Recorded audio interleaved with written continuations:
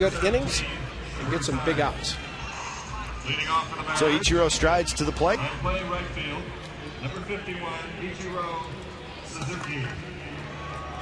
Mariners come in with a 21-25 record after their loss yesterday. 9-13 on the road. They are 12-12 at home. Why are the Seagulls here? I mean, they know it's a night game. Well, maybe not. Boy, they're flying. They saw it yesterday. And yeah, they're flying around just like they think it's an extra inning day game. So we're underway as the first pitch outside corner, a strike to Ichiro. 335 average, 4 home runs and 13 RBIs. Cabrera charges on the run, and the ball is dug out by Crosby, and a nice play to start tonight's ball game. What an outstanding play, both ends. Cabrera looked like he might have bobbled the ball momentarily, but charged it, able to stay on the move and then unload. No bobble there, but a short hop, and Bobby Crosby inserted late as he's in at first base with Nomar Garciaparra not able to play tonight. So Giambi is a DH. He was scheduled to be at first, so a lot of changes, as Mike Selleck is letting everybody know. Bobby Crosby, a great scoop at first, the backhand, and that's important right there because he's able to stretch with his right foot, left foot out, and backhand the ball. If he tries to scoop it like he would at shortstop, he's not going to make the play. And able to get the very, very fast Ichiro. Braden falls behind 2-0 to Betancourt, so Braden takes a walk behind the mound. Now he's back up and ready to go. Betancourt, 259 with a couple of home runs and 14 RBIs. He was 0 for 3 yesterday.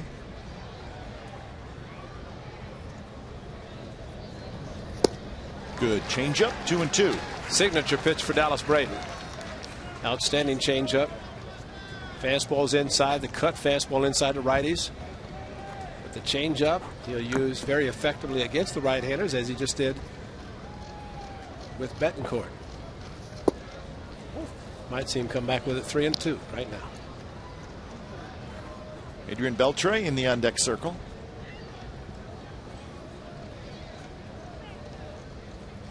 I didn't see it wiggle the fingers, but it was. Braden dives, can't get it, and Betancourt's going to have an infield single. Once Braden did not catch it, Crosby committed himself to going after it completely. There wasn't a whole lot the A's could do, so an infield hit for Betancourt. Well, we saw Josh Outman make a similar play. He ran to the bag, and Giambi fielded the ball once. You just have to keep running as a first baseman, as a pitcher, and hope the first baseman, in this case Crosby, can get the ball and then feed it to you, go into the bag, again, as Outman did it perfectly a couple of nights ago. I would say, Ray, even if Braden does catch the ball, it doesn't matter. Absolutely not. No chance. It's still going to be a base hit. Here's Beltre. Takes a bit low.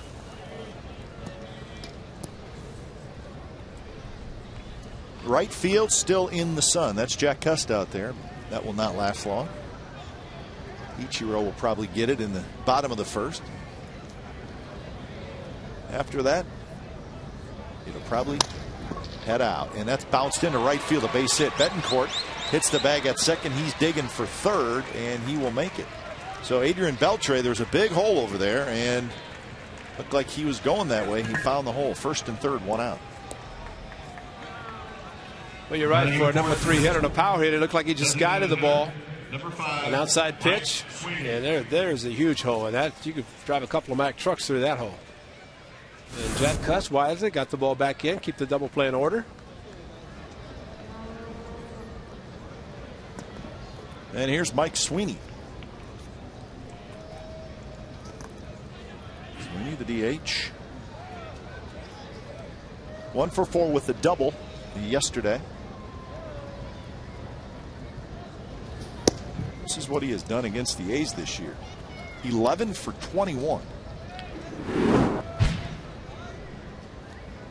But struggling as of late against the rest of the league.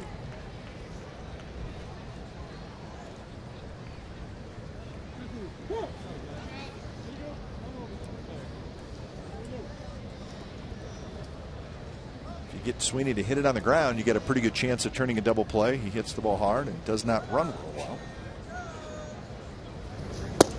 now 2-0.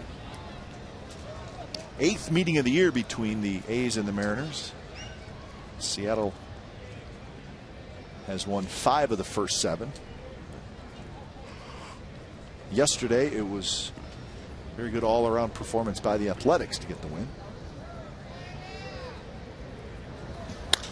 Drive right field, Cust racing over, and he's not going to get it. Fields it on a hop. Betancourt comes in to score. Sweeney digging for second, and he's going to make it with a head-first slide. Beltre to third. So Mike Sweeney hurts the A's again, an RBI double. Now Dallas Braden left the pitch up. First baseman, number 30. And Mike Sweeney, who is 201 home runs, takes the outside pitch, takes what is given to him, and hustles his way into second with a double. Jack Cust cut it off, but the throw back in not enough time, and at first slide. Important for him to get into scoring position, or at least get to second, so the double play is not in order for the Athletics, but have to minimize the damage in this first inning. Here's Branyan. Branyan, right field line. That's going to drop in fair, and that's going to bring home 1. But Sweeney fell as he hit the bag at third, and he's going to have to go back. He was going to score, but he stumbled on the bag, and he goes down. Don Wakamatsu immediately looking at his lineup card as it's a question of whether Mike's okay. Let's hope he is. Now in the 6th position. Second baseman. So Branyan knocks in Jose Lopez. the run. He's got 21 RBIs now on the year.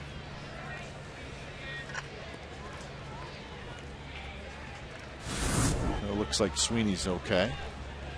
Well, pitch inside, but again, a pitch that's up to Branyan. Now 4 consecutive hits here, and here's Jose Lopez. Branyan almost got picked off.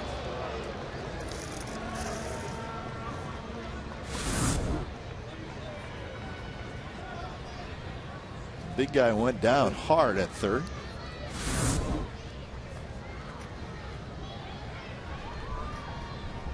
Jose Lopez, 3 homers and 21 RBIs.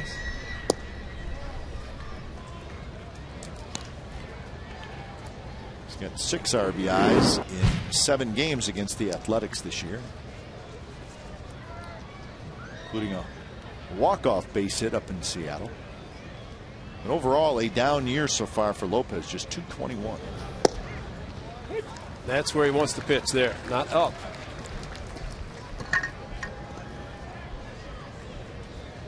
Well, in yesterday's game, the Mariners had a total of 8 hits, and they have 4 here in the first inning.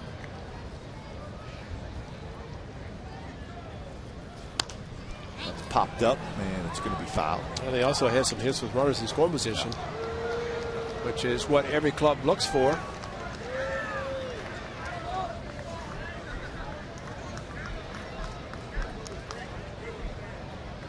Ichiro, the only guy that's made it out so far.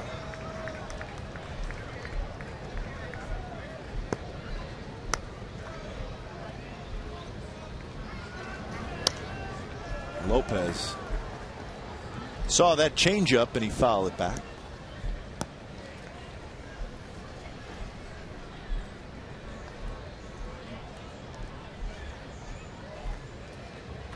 Vladimir Ballantine in the on-deck circle for the Mariners. Braden looking for a ground ball. Sweeney dancing off third, and maybe this is it. To second for 1, and that's a double play. Lopez grounds into the 5-4-3 double play, so Braden could have been worse. He works his way out of the jam, but a couple of runs for the Mariners.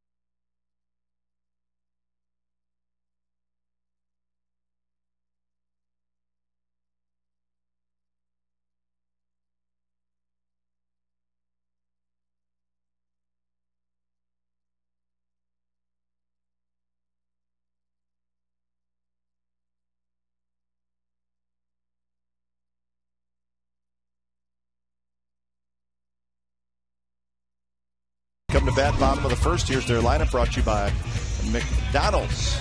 That is actually the Seattle Mariners starting lineup, so we'll get you the A's starting lineup in a moment. It's because Nomar Garciaparra had to be scratched last minute, so it's a lot of changes. Screws everything. Orlando Cabrera steps in. The first pitch from Jared Washburn, the veteran left-hander, who's at the knees for a strike. You know, Washburn worked so quickly, probably wouldn't have got him anyway. But Nomar, unfortunately, was in the lineup. Fortunately, he was in the lineup. Unfortunately, had to be scratched prior to the ball game, as the right calf bothering him again. And I think it obviously concern now with the Athletics dealing with Nomar Garciaparra. I mean, he just came off the DL. A couple games that he can't play, and that's a shame. It's too bad. So Cabrera leads off the ball game with a base hit. And let's look at the rest of that A's lineup brought to you by McDonald's. Cabrera, Suzuki, Cust, Holiday, Giambi, Kennedy, Crosby, Davis, and Hanahan. That is the revamped lineup with Nomar being held out. Defensively, Valentin, Gutierrez, Suzuki in the outfield. Beltre, Betancourt, Lopez, Brandon on the infield for the Mariners. Rob Johnson does the catching for Jared Washburn. Suzuki bluffs a bunt. So Kenji Jojima, Ray, on the disabled list because of that play at home plate. I told you if they wore steel-toed shoes, it wouldn't have happened. You were right. We showed that play. A little collision at home plate. Not really a collision, but Kennedy sliding in and slid right into the foot of Jojima. Jojima stayed in the game for a couple innings. In fact, he hit a home run. But we showed him working on that foot, and it was actually his toe, I should say, and it's a broken toe. 3 places, according to Don Wakamatsu, 6 to 8 weeks. And, of course, from a catcher's standpoint, try getting down in a catcher's crouch and you're on your big toe. The balls of your feet, and that's going to take some time. But Adam Kennedy stole first, stole second, scoring on this ball. But see where he got him, the left foot, left toe, this spike of Adam Kennedy. Well, if a toe is broken in 3 places, that's not good. Yeah. But the part of managing, you're always dealing with injuries, unfortunately. Kurt Suzuki lines to left. So good start for the A's here against Jared Washburn, the left-hander. Well, he's had a very good start against the Athletics. That was on May the 2nd. Gave up just 5 hits and 1 run in 7 innings, but making his 9th start. Record of 3-3 overall. Final year of his contract. Last 5 starts. You see the earned run average. And, of course, when you're getting run support of just a little bit over 4 runs, giving up 5.45 in the last 5 starts, not going to win any games. Nope. He got off to that terrific start. Yeah. But amazing. Just in the notes of the Mariners, very shocking to see. It says 2005, the lowest run support of any American League starter since 2005. Yeah, I would not have realized that. I mean, that's the average run support is the lowest. That's unbelievable. It makes it hard to pitch. Yeah. And you mentioned Washburn in the last year of the 4-year contract with Seattle. He's 26-46. Right now, Jack Cust would take the same shot up the middle that he hit yesterday that was caught because of the shift. But he was going to send it to where nobody could catch him. That's Jack's a little bit under the weather, but you see the no shift employed by the Mariners. So the ball he hit yesterday went right up the middle, and it was caught.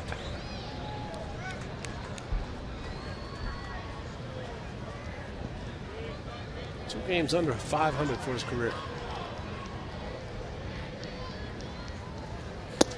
And since it is the last year of his contract,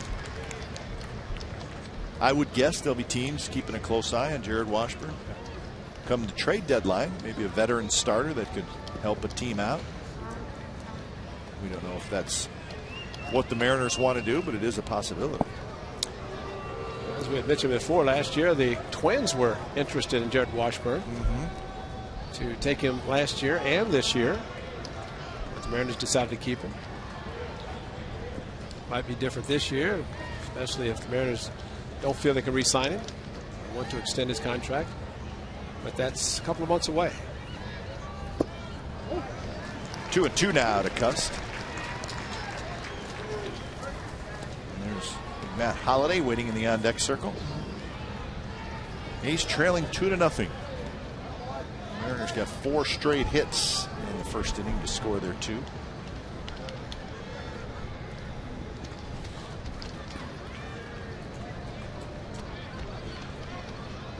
Cabrera and Suzuki with back-to-back singles. They're aboard. Another good take by Cust on that slider.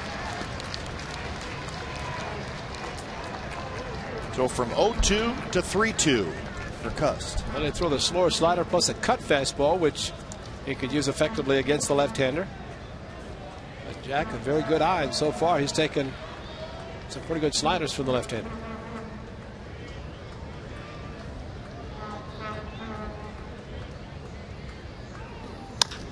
Bounce this one. Branyan has it. He'll throw to second and get the out there. So first and third and 1 out. That was a pitch that Jack Cust a lot of times takes, but probably too close. Excellent play by Branyan, throwing over Kurt Suzuki. Could not get it a good angle to throw to second. Had to throw over the runner, and as it turned out, Suzuki went into the slide about the time the ball arrived at second. But I think Cust last year might have taken that pitch. Might have been called out. Yeah. So this year swinging at it, even though it's too close, or maybe very close, and too close to take. Check swing by Matt Holliday. Yeah, you know what? It's a noticeable change in Cust's approach this year. The walks are down. The strikeouts are down. 2-0 now to Holliday. Well, Matt yesterday got a real taste of the Coliseum, even though it was a beautiful sunny day. Yeah, long drive to straightaway center in the 7th inning. And as he said, I asked him after the game, I said, "Did you hit it?" He said, "Crushed it." He said, really? He said, "It's like a parachute." Wow. It went up, got very high, and came straight down. And right at the warning track. So has to be very frustrating because remember he played in a park for 81 games last year called Coors Field. Probably up way back in the rock pile, the waterfall. I got to believe, Ray, Mount Davis has a big part of that. Yeah. If the ball goes up and just gets knocked down, especially to center field, I don't think there's any question. He didn't hit it as high as Mount Davis, but it got up there. I think I know what some people would like to do to Mount Davis, but so far it remains. Yep.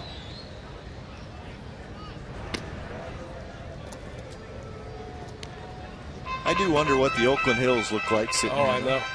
Just barely see just a little bit out through the left center field corridor. It's a tease, really. Yeah, same. Thank you, Tommy. You're the best. That was James. That wasn't the robotic overhead that time. That was James. Holliday with a walk. So the A's have the bases loaded.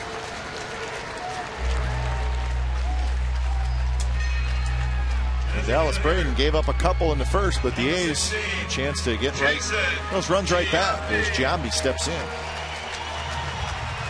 Cabrera at third, Cust at second, Holliday at first.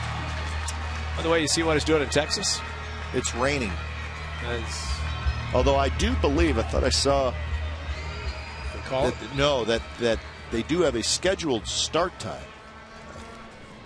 I thought I saw 10:30, which would be 10:30 Texas time. Wow. So that would be 8:30 here. Another hour. Yeah. So good swing by Giambi, fouled it straight back. But that's the Yankees and the Rangers, game 2 of that series. Good fastball, a little bit up, and Jason maybe trying to get 4 back quickly.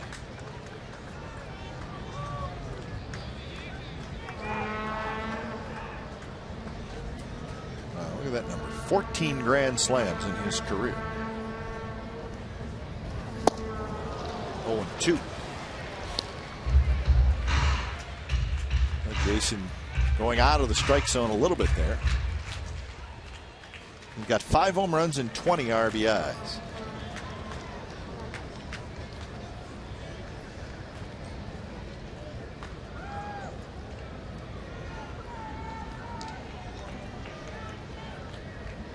Well, just like Jack Cust, Jason has a lot of holes to shoot through the infield with no shift, mainly because the base is loaded. And the outfield straight away as well for the Mariners. Pretty good arms in the outfield. Obviously very good in right field with Ichiro.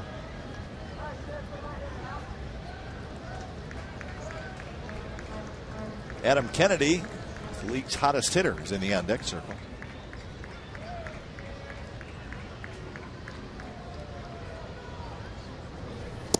Inside, 2-2.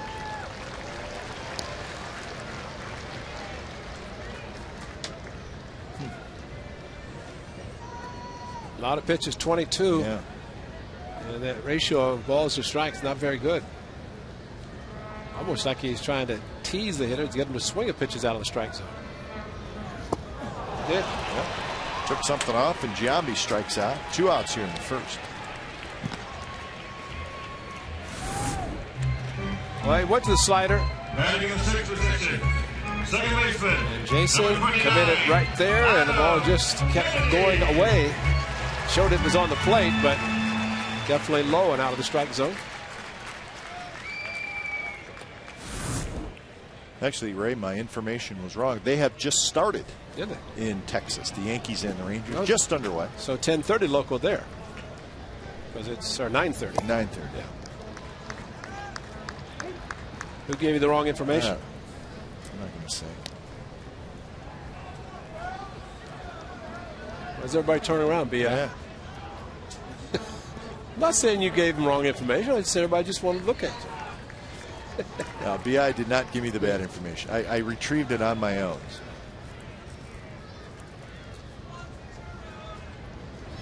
So. 2-0 now to Adam Kennedy. So ahead in the count with the bases loaded. Could have called Chuck Morgan down, the PA announcer, the great PA announcer for the You know him. Rangers. You know him Absolutely. pretty well. Cousin Chuck. Chuck's great. Yeah, We love Chuck. got the voice. It's like our own Roy Steele. 2-1 now to Kennedy.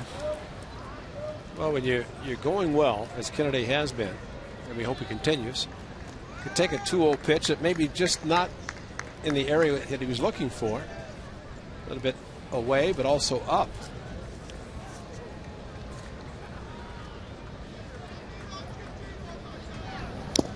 Just gets a piece of that one. This is how good Kennedy's going. He's 9 for his last 13. Stretch it out a little further. 20 for his last 37. And for the year, he's 26 for 59.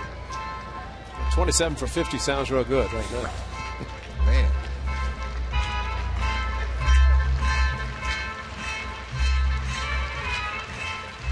Now Washburn rubbing up a new baseball with a 2-2 count.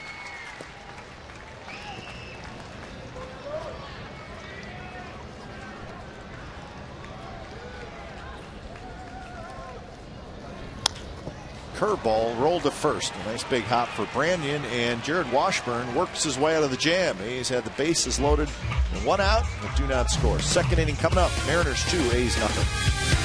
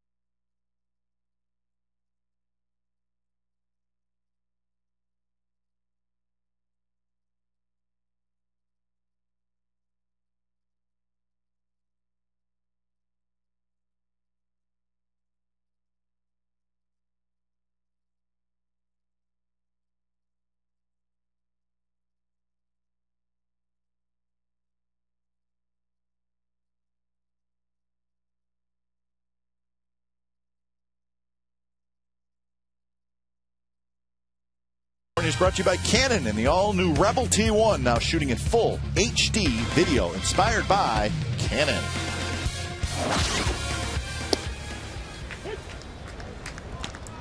Dallas Braden back to work here in the second inning. Valentin, Johnson, Gutierrez, the bottom three hitters for the Seattle Mariners. High to left. Holiday's got room near the track. It will come down at some point, and it does. I was wondering. Any chance of rain, it would have brought it. That was high. Might have been off the wall at Fenway. And that's the Green Monster. Number 32, Rob Johnson. Bird's eye view, man. Yeah, watching the game. I think they're upset because they looked at the schedule, and I guarantee you they saw it was a day game. So they're thinking, get close to the all-you-can-eat sections and make your move when the game ends. Did you hear what Delaire said? What? 7-second hang time on that fly ball by Valentin. That's a Ray Guy special. That's right. I mean, right here. Yeah. Another one. Ray Guy again. Hey, you brought up football. You get mad at me when I do that. You just but he's retired. Oh, okay. And a great punter. And a Raider. That's right. Center fielder, number 21. And probably played before Mount Davis, didn't he? Oh, yeah, I bet he did. 2 outs for Franklin Gutierrez.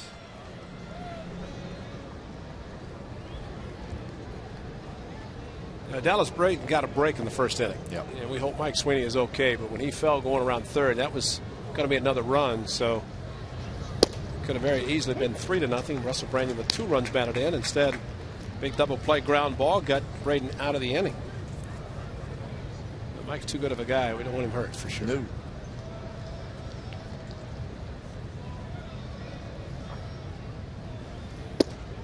Just a bit inside to Gutierrez. 1-1.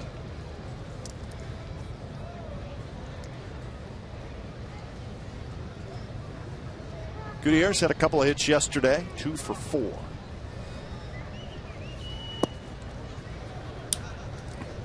Coming over from the Cleveland Indians. And what a game they had last night. Oh. Down 10-0 and won 11-10. How about some of the games in baseball yesterday? Boy, it was a crazy. Coming in is Jack Cust. He's going to get there. Side retired. 3 up, 3 down. Bottom of the second coming up, Crosby, Davis, and Hanahan for the A's.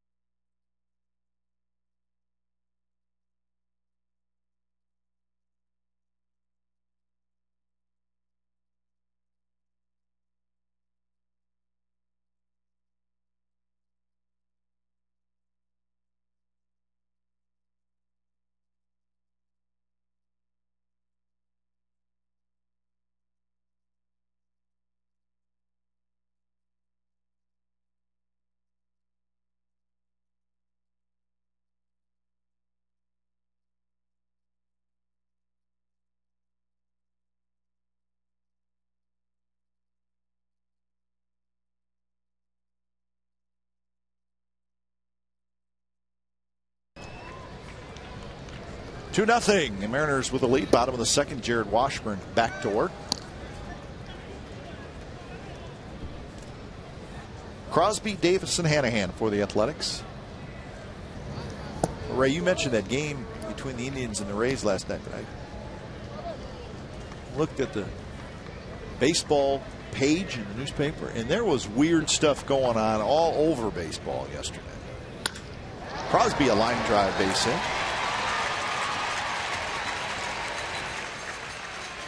Well, we'll discuss that momentarily. Yes, we will. Well, first of all, I'll tell you, be at the Coliseum Saturday, June 6th. A's take on Baltimore at 6:05, and after the game is a special post-game concert with American Idol winner Georgia Sparks. Concert is free with your game ticket, which you can purchase online now at oaklandathletics.com. Here's Rajay Davis with Crosby aboard.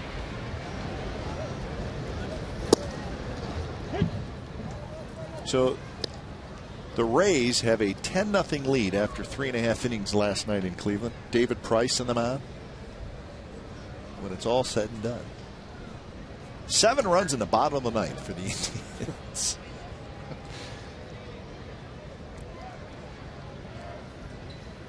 At the Sunday night game last night, I should say that mixed up Monday, but it was on TV. I watched it. White Sox 17 runs and 24 hits against the Angels. And they're the team that got beat 20 to 1 or 2 by the Twins with 20 hits the last Thursday. I mean, there was football scores being thrown up all over the place. Again, this is last night. Tigers scored 13 runs, 19 hits against the Royals yesterday. Heck, how about the Dodgers? Dodgers have a 7-run 4th inning and an 8-run 7th inning. That's in the same game, folks.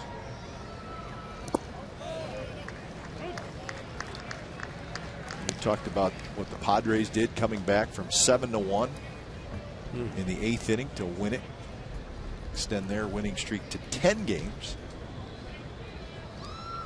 Had a 6-hit game in baseball yesterday. The Pirates' Freddie Sanchez. It was a fun day to read the box scores, I guess, is basically what it amounts to. Well, it makes you appreciate the game of baseball and how the fact that there's no time limit.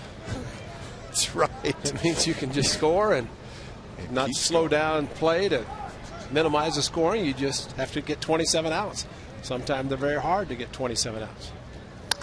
Rajay to left field, but playable for Vladimir Valentin. And he's got it. Crosby tags up. He makes a big bluff. He goes about 1/3 of the way to second and then returns. So 1 out here in the Heads up by Bobby Crosby. He saw that Valentin was having a little tough time with the twilight, although it's not really twilight, but started to tag up. Valentin backpedaling a little bit, but a strong throw to the cutoff man. And Bobby wisely decided to get back to first. It's the beauty of having the ball in front of you. You can take off and stop at any time as long as you get back quickly.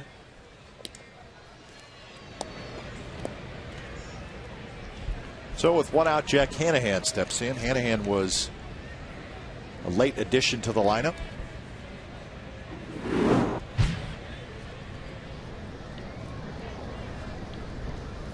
And we got a special guest coming up next inning, which we're looking forward to. Mark Ellis is going to join us in the booth for a while, so we get to see Mark, talk to him. I told him it's time to get up here.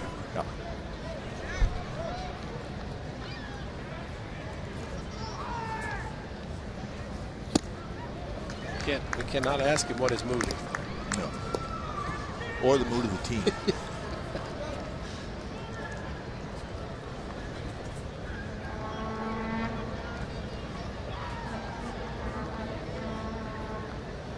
Crosby with a pretty good lead, and Hanahan swings at a slider down and away. Jack, the big day yesterday, just saw the couple of hits, but he was disappointed, could not get the bunt down, and had 3 attempts as he bunted with 2 strikes.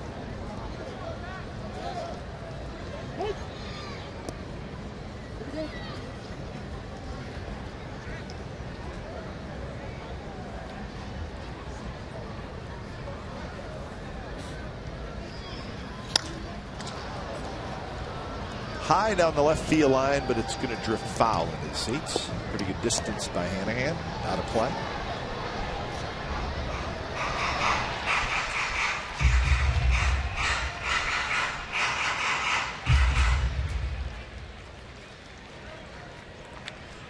So Hanahan back in there.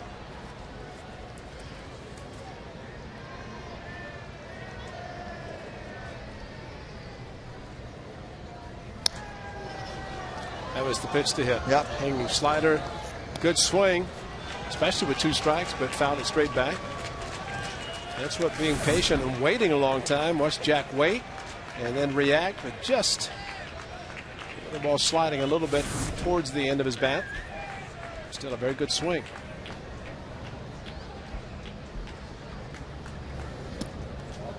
Jack had a couple of hits yesterday. He was 2 for 4, a double.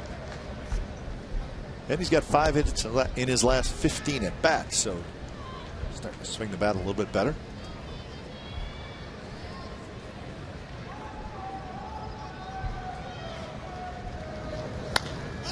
Popped up. It's going to be Betancourt, and he's got it. And that's 2 outs here in the second. Shortstop, number 18, Orlando Cabrera. Orlando Cabrera led off the A's half of the first inning with a base hit to left field.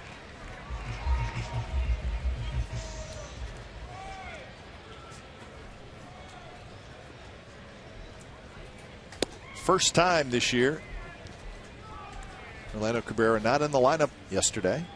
He did come in the game in the 8th inning to play shortstop, but not a starter. So Jack Cuss now is the only Athletic to be in the starting lineup in every game this year. This is game number 43 for the A's. So Cabrera got his day off, and the next one will probably come. All-Star break. Yeah, maybe. You get 3 days off.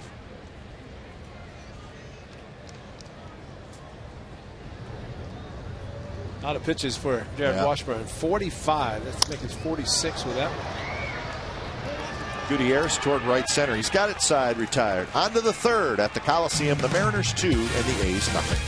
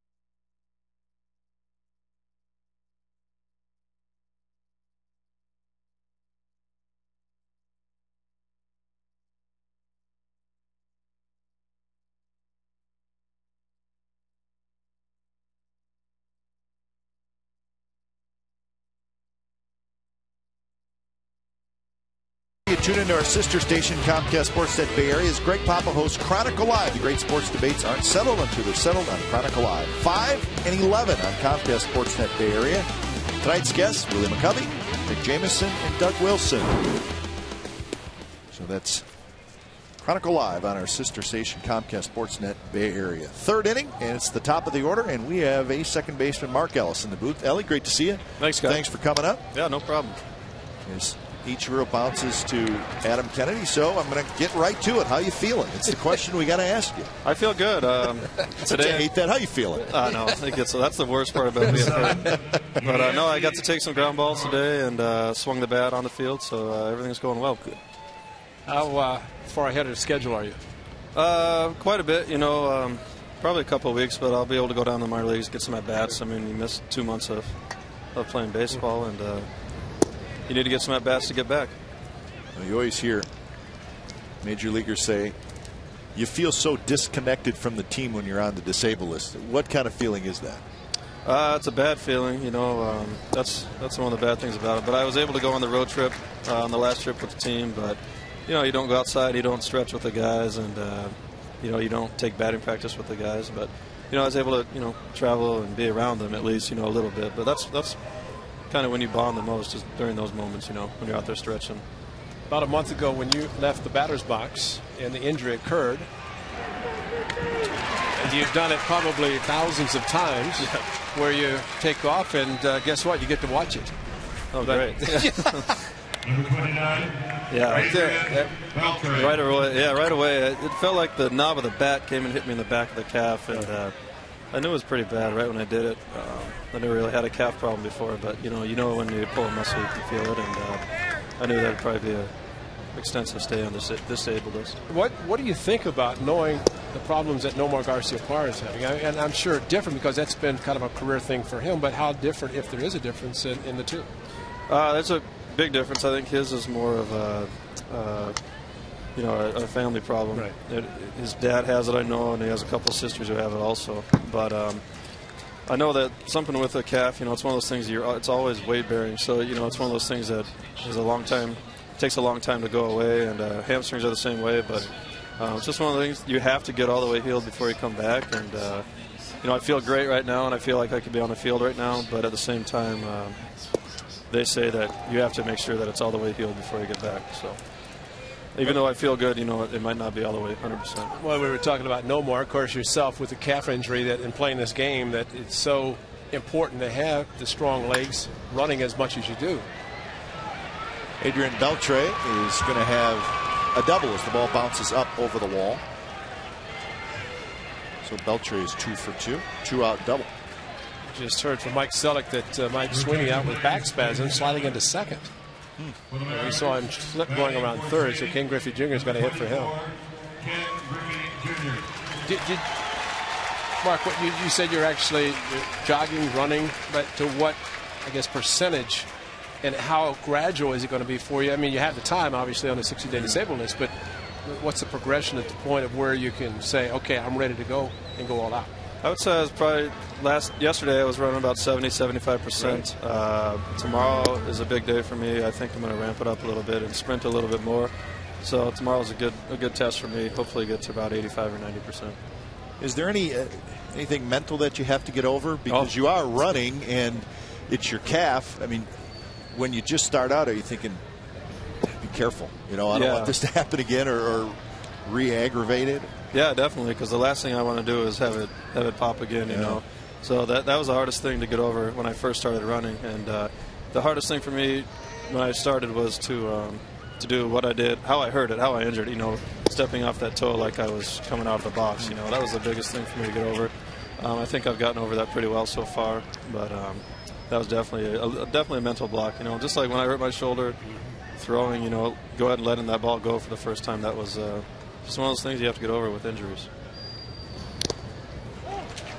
Yeah, we're talking about Xavi in Arizona trying to rehab, come back, but and you've been on the last trip and knew you couldn't play, but you said being around the guys, but also getting the treatment with Steve and Walt while you're on the trip instead of staying back here. How important was that, just to be able to be with the club, but also to get the treatment that you needed? That's important, not only with those guys, but with Babaleo also, because a lot of the stuff I started doing was on the field. And, the biggest thing when you're on the disabled list and you're not playing, you have no chance of playing, you just want to stay out of the guys' way, who are playing. You don't want to be in there when, Jason's coming in to get ready for a game, or Orlando, or, you don't want to be in there when those guys are trying to get ready for a game, because, those guys are on the field. And I think that's why a lot of guys who are on the disabled list don't go with the team, But I got to the field early and did my stuff and got out of the way early.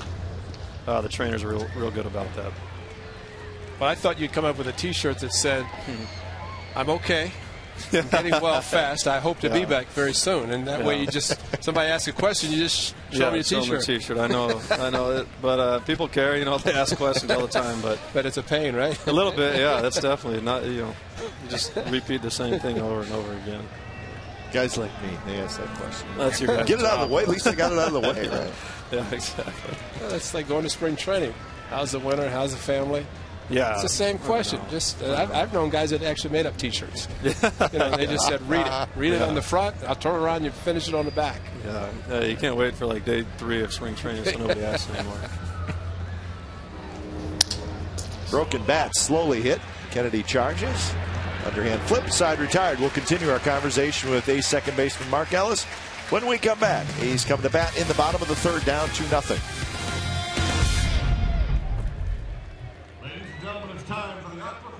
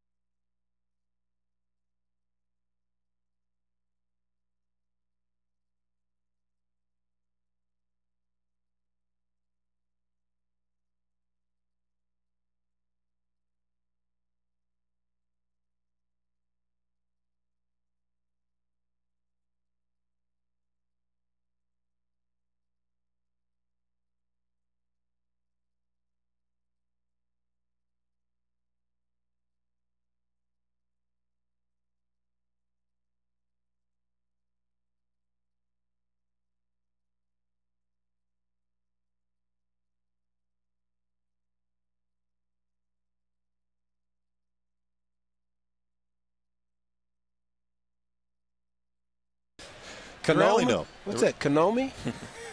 Ganomi? Ganomi. That's it. Yeah, it's a G, not a C. Oh. Yeah, Tommy Eds is an Emmy Award director we have down in the truck. He finds all these things. I mean, he is the best, and that's why he's got a whole trophy room full of Emmys. Nice. We can't spell, though. He doesn't know that. Ganomi. This is Mark Ellis, by the way. Happy to have Mark up here. Looking forward to seeing him back on the field. It's probably a young boy by the name of Briggs is happy to have got around a little bit. Huh? Yeah, he's excited. We've got to spend a lot of time together here lately, and he's going to have a brother or a sister? A little sister here in about a month. Yeah. Wow! All right, congratulations. Yeah, I think Mom hopes sooner than that. Sarah and Mark, the second child. Yeah. That's good. And Briggs is just a little over 2? No, he's going to turn 2 when we're in Chicago. Huh. So that's great. I don't think he knows it, but you know. The personality's coming out. He's got a lot of personality. So let's see. You said yours in a month, and then Crosby and Gina yeah, they think they're pretty much any day. Are there any day? Yeah. Okay. And then Shabby? Later in the summer, yep. And Landon Powell. Mike Works. Oh, Works too. Wow. 5. Busy summer, yeah. The A's family grows. Yeah. In the dirt to Kurt Suzuki. Mark, you've had a chance, of course, your good friend Bobby Crosby, who's at first tonight and finally started the game at short, yesterday? Played a couple of innings a few days ago. But when you see someone, whether he's a friend or not, a player having to go through what he's gone through, having to learn different positions, especially after playing one position his whole career, what do you see in that? It's tough, you know. He's been a shortstop for his entire life, and most shortstops usually are, you know. And They usually are the guys in Little League playing shortstop. They're the guy in Pony Ball, Legion Ball, college. They're the shortstops, you know. David Eckstein is probably the only exception, you know, in the big leagues. But and then he went and learned second base a lot in spring training, learned third base a lot in spring training, and first base too. And I think he's done a great job. You know, second base has probably been the toughest position for him to learn. I told him because that's where the best athletes are. But it's tough when you're used to turning the double play and seeing the guy come at you, and then having that guy on you and you can't see him. That's tough. But I think he's done a good job. He's handled it very well, and you know, he's gotten a lot better at third base. So he's played very well at third base, I think. How much can you help him a second? I know Mike Gallego's working with him, the A's third base coach and infield coach. But how about yourself, being an excellent second baseman that you are, and nothing more just to talk to him? Yeah, I think just I didn't say a whole lot to him, you know, because Gags was working with him in spring training, but just I just told him to get to the bag as early as you can. You're not always going to be able to get there right away, but that's the easiest way to turn a double play is get there as quick as you see. Well, we got something special as we're going to show our Carl's Jr. In Your Face. A little special here that something you might remember last year. Mark Ellis, Chris Buchek. I remember that. That's one you never forget. No, never. That was a lot of fun. Look at the excitement showing on Ellie going around first. Walk off. Get down, Ellie. Yeah. And did you take off your helmet? I can't remember. I didn't see there either. I don't remember. I try to leave my helmet on because I don't have the best hair in the world. If I had Kipe's hair, I'd take it off. But please, I'm not blessed with great hair. Well, I always see guys do that and they throw the helmet off. It's like, why wouldn't you leave it on for protection? Yeah, I know. It's loud inside that helmet, though. Yeah.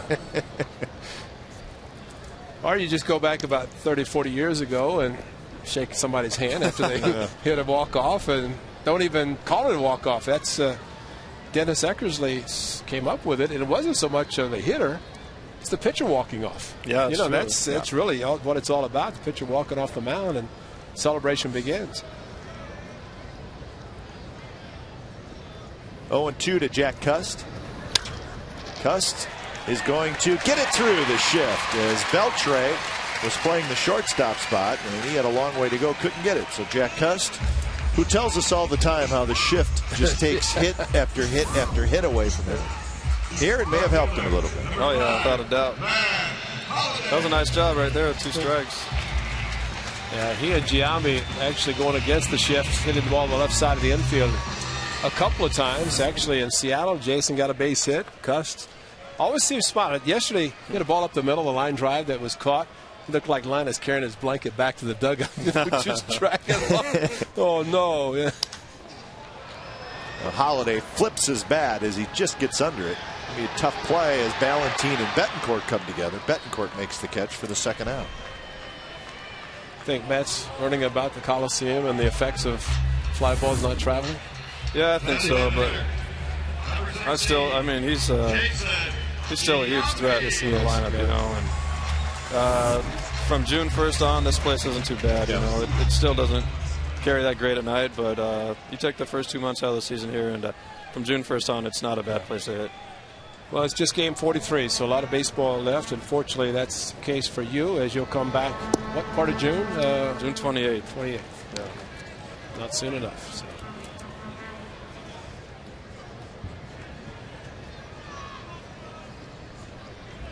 Giambi struck out in the first inning, and he did that with the bases loaded and just 1 out. Had a good at bat against Washburn, but ended up chasing a pitch a little out of the strike zone. I know you've been up here before, but it looks easy up here, doesn't it? Oh, yeah. It's simple. I'll have to remember that when I'm out there. Yeah, those guys up there saying it looks easy, right? Yeah, it's a different game. There's no doubt. But you know, we usually have a high home camera that you can see straight down and watch the hitters, and it's amazing with a pitch outside, the hitter opens up just a little bit how much it takes the bat with him. So little things like that, I've always thought is a great vantage point. Yeah. Even for players or cameras to be at this level. There's the high home shot, so you can see the hitter as he opens up or doesn't open up too much. We're great umpires up here. Yeah, I bet. Oh, yeah. Well, better than some on the field. I have no comment. Well, I mean, I'm just true that we've got this telestrate over here that we show the strike zone, and sometimes they're not even close. Rob Johnson is going to watch this one drop into the first row right behind home plate. Tommy, show that high home camera again. We'll show Mark Ellis what we're talking about. See, sometimes the strike zone's there. Yeah. Shriver, a couple of Fridays ago, that was the strike zone. The white lines right there. I mean, that was the strike zone. It's about 21 inches wide. So that's it. I mean, and so we can see where the umpire is set up. I mean, we give them credit where credit's due. Yeah. Sometimes it's that camera shot. It doesn't lie. Yeah, that's about as true as you can get right there. 2-2 the count to Giambi. Lays off another slider from Washburn, and now a full count. So with 2 outs, the speedy Jack Cust will take off at first. They're actually going to hold him on. Yeah. Now they're going to decide to cover up the hole a little bit. He's faster than he looks. He is. Yeah. I think a lot of people think he's slow, but he's not that slow. Got a stolen base, a couple of bunt base hits. Strike 3 call down around the knees. So Dana DeMuth rings up Giambi. Mark Ellis, thanks for stopping by. Good luck on the rehab. Appreciate it. Hope All to right. get you Tell back Bones you did a great job, man. And All right, I will. And the 3, 2-0 Mariners.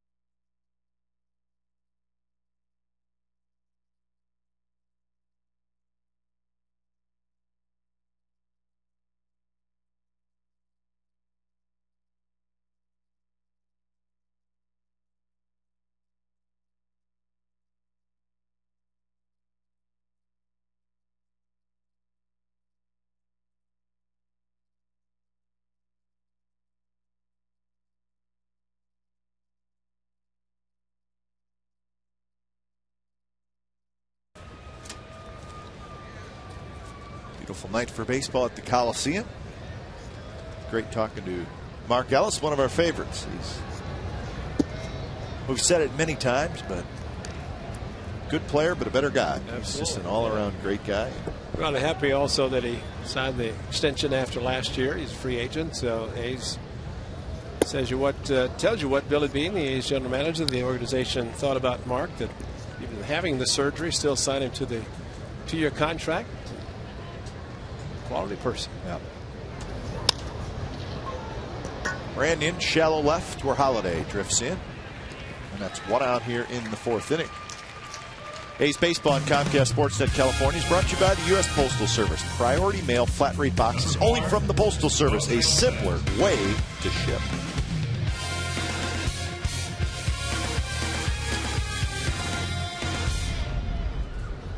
Jose Lopez steps in. Lopez came to bat with the bases loaded. I take that back, 1st and 3rd. And that was in the 1st inning and hit into a double play. The Mariners got a couple of runs in that inning, but Dallas Braden got the big double play to keep it just to 2 runs.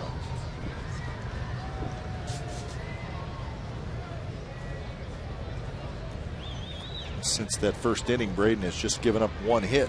That was the Beltre double in the 3rd.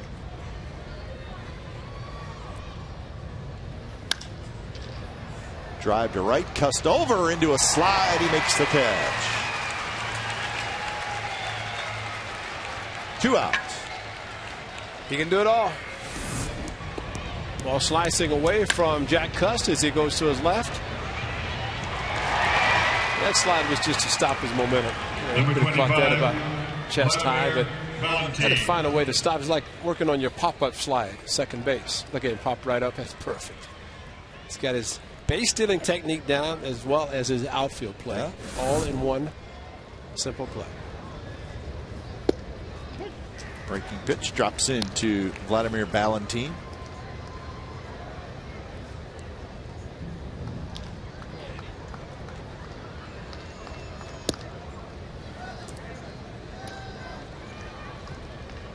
Valentin, a fly ball to left field in the second inning.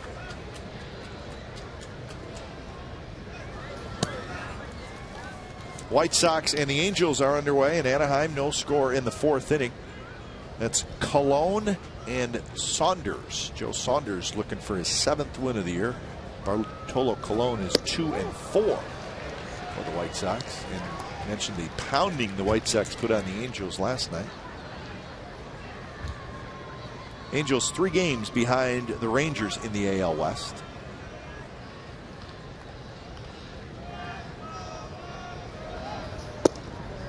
Close pitch, call the ball. They just threw him a great changeup, 2-1 that fooled Valentin. Missed with a fastball in.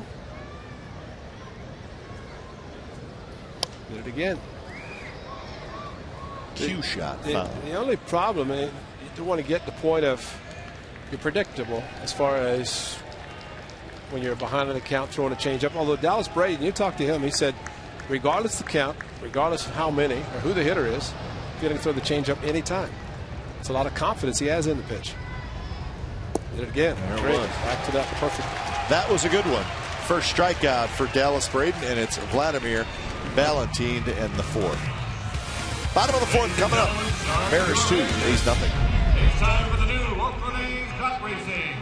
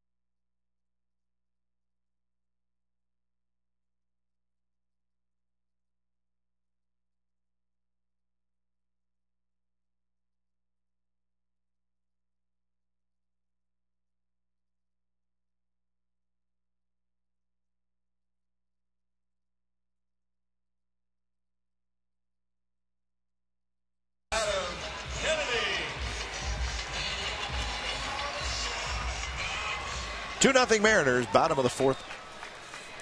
2-0 Mariners, bottom of the 4th inning. Adam Kennedy to lead it off. Kennedy, Crosby, and Rajai Davis. A's have 4 hits in the game, and they've stranded 5 through the first 3 innings. And Washburn, 66 pitches through the first 3 innings. So the A's have worked Washburn and got some opportunities against him, but have not been able to cash in just yet. Talking about the wacky day of baseball yesterday and last night. How about 2 leadoff hitters having 4 hits in the same game? Same game. And so David Feldman mentioned that to me tonight. I was at the game in which 1971 Cleveland, Minnesota. And you remember it? No, but I said I was there. I didn't say I remembered it. Who was it? Do you know?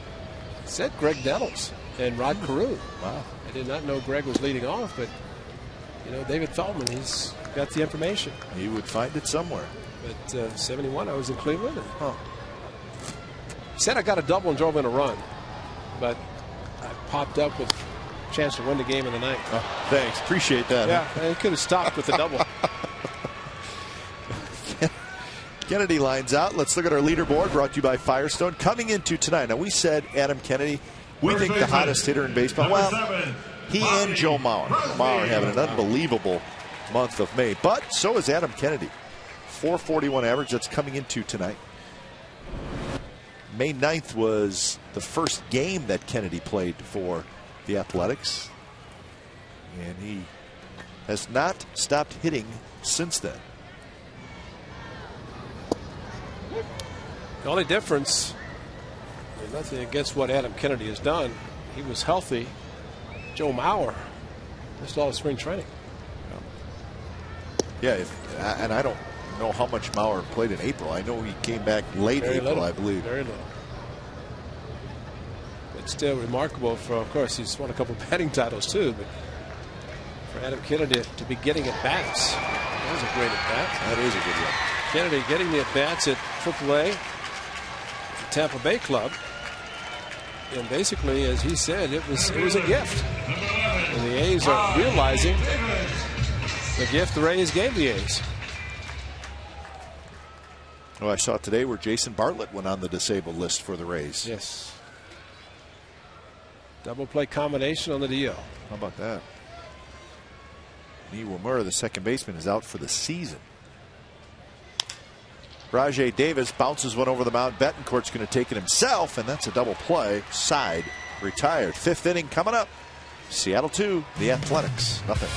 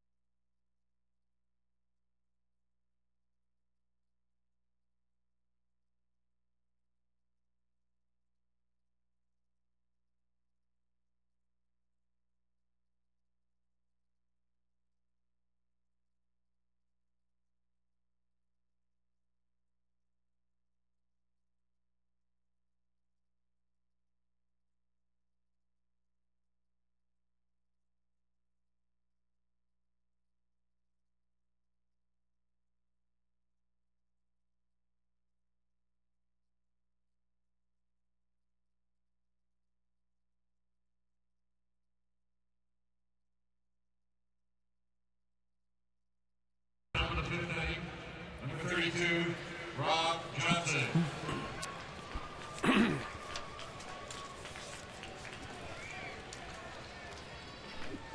Sunday, June 7th, the A's host the Orioles at 1:05 after the game. Fans are invited to meet Dallas Braden. We'll be at the Outpost Sports Bar and Grill at 2251 San Ramon Valley Boulevard in San Ramon. Dallas will sign autographs, take picture with fans and our following the game, and he'll talk to you about Stockton, area code 209.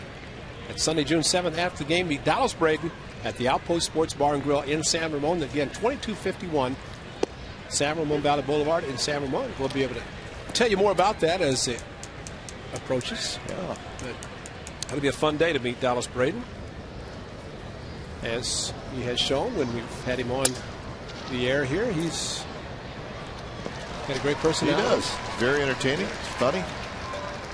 And a good pitcher. He'll laugh with you, and he'll laugh at himself. Doesn't take Number himself too 21, seriously. Franklin. And you're right, he can pitch. Gutierrez. And he has settled down nicely since that first inning.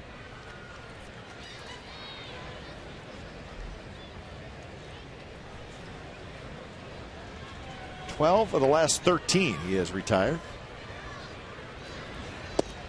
And he's still trailing in the game 2-0. There it is, 209. That's not the only place. He's got 209 every place he can put it. Just a bit high. Gutierrez, a fly ball to right field in the second inning. See, Dallas Braden should fill up section 209 every game. That's a good pitch. It's going to be a tough play for everybody involved. Cust is going to go into a slide, and it pops up, and it's going to be a base hit for Gutierrez. Saw the ball kind of pop up in the air, but it had hit the ground, so Gutierrez is aboard. Good hustle, Bobby Crosby, as he was there when Jack Cust did miss it. Jumped over Jack as he caught the ball, got it back quickly in the infield. Well, carry him off Jack Cust. He took up a couple of divots. Clay Wood's going to be busy following tonight's game. Getting ready for tomorrow afternoon.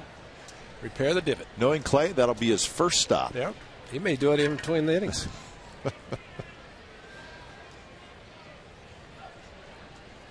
Top of the order in Ichiro. And he takes a strike.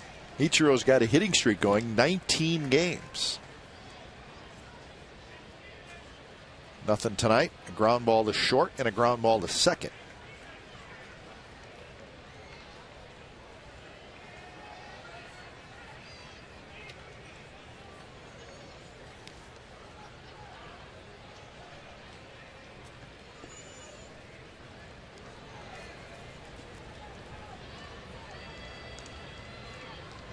Ichiro this year has 57 hits, and 9 of them are extra base hits. So 48 singles.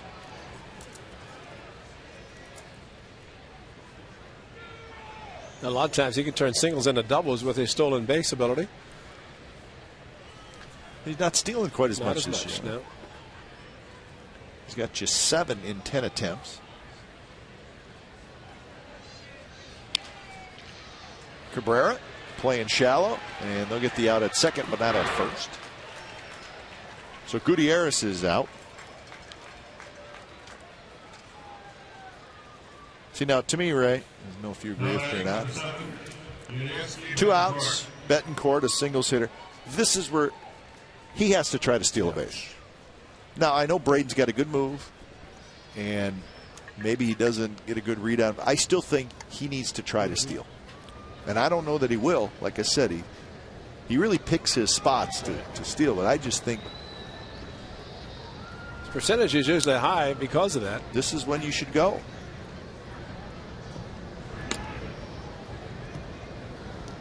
But the great move that Dallas Braden has is variation of moves. A lot of times a runner would start the game, or a potential base stealer would start the game saying, probably not even going to try it.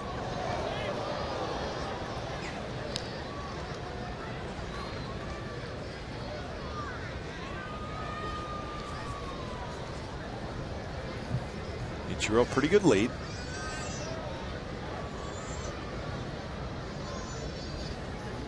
Betancourt, shallow left center. It's going to drop. Ichiro's going to try for third. Holiday's throw to third is not quite in time. In fact, it hit Ichiro. I think he was going to get there ahead of the throw anyways. So Ichiro goes first to third. Number 29, Adrian. 2 very soft hits in this inning. And fortunately, the throw was low, even though it hit Ichiro. Ichiro going to third base, but felt Betancourt might try to go to second once the throw went to third, especially the way it hit off the back of Ichiro. Might have made it, but in fact, the throw was low. Maybe Betancourt could not tell whether it's going to a cutoff man or not. Adrian Beltre is the hitter. He's had some good swings tonight. Base hit to right and a double to right.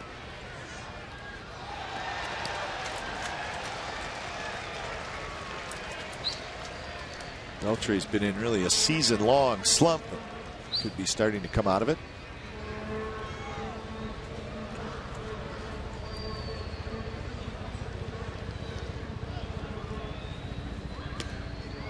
The Rangers are leading the Yankees 2-0, top of the third. That game, start of that game delayed by rain down in Arlington, but they are underway.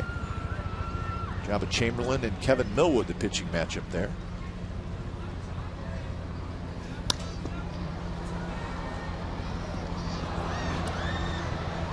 White Sox got a run.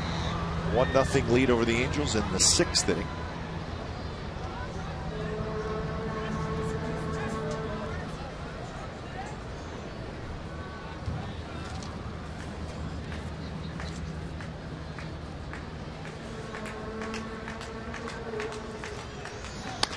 Grounded. Hanahan on the backhand. Throws across in time. Side retired. A couple of runners stranded for the Seattle Mariners. Bottom of the 5th coming up. 2-0 Seattle. Fans, it's time.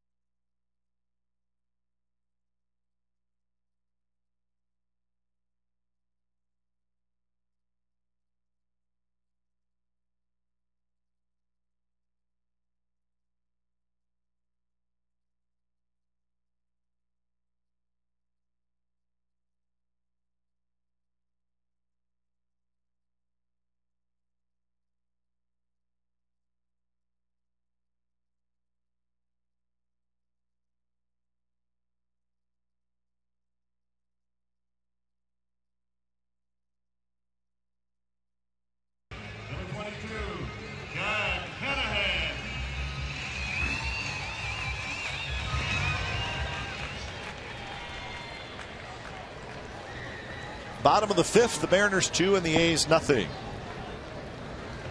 Jack Hanahan will lead things off, and Jared Washburn drops a slider into Hanahan. Steals a strike.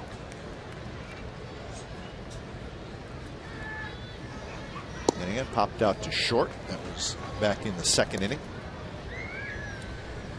Well, Washburn, as I mentioned, gave up just 1 run, 7 innings in the start in early May. A's did win the game 3-2. The way he's pitching tonight, he might go 7 again. A's opportunity in the 1st inning, bases loaded, 1 out, could not score, and each of the next 3 innings, and that's it. Valentine takes care of it for the 1st out. Subway Eat Fresh, ask Glenn and Ray. Comes from Lyndon Smith in Nevada City. With such an emphasis on pitch count, how many actual pitches does a starter throw once he's made the 100 count, including pre-game warm-ups, pre-inning warm-ups, and of course the actual pitches thrown into games? That's a good question. Ray, well, guy goes down there to start. How many innings or how many pitches does he throw in the bullpen before the game? He can long toss in the outfield and then get on the mound, start throwing. He's got 15 minutes usually it takes to warm up. I would guess 40, somewhere around there. I think everybody's different. Some guys might take longer, feel they want to throw more. But there's a good chance by the time he pitches the first batter, he's already halfway to the 100. Sure. Throws 8 on the mound between, or as he's getting ready to start the game, and 8 pitches between each half inning or when he comes back out. So let's say a guy goes 7 innings, so he throws 8 warm-ups between each inning. That's 56 right there. So he's 200. Yep, figure 200. 200 in the game, but the reason they count the pitches that he's throwing because that's where he maxes maximizes his effort. The catcher, Pitch number away 8, from Cabrera, Kurt swing and a miss. Suzuki.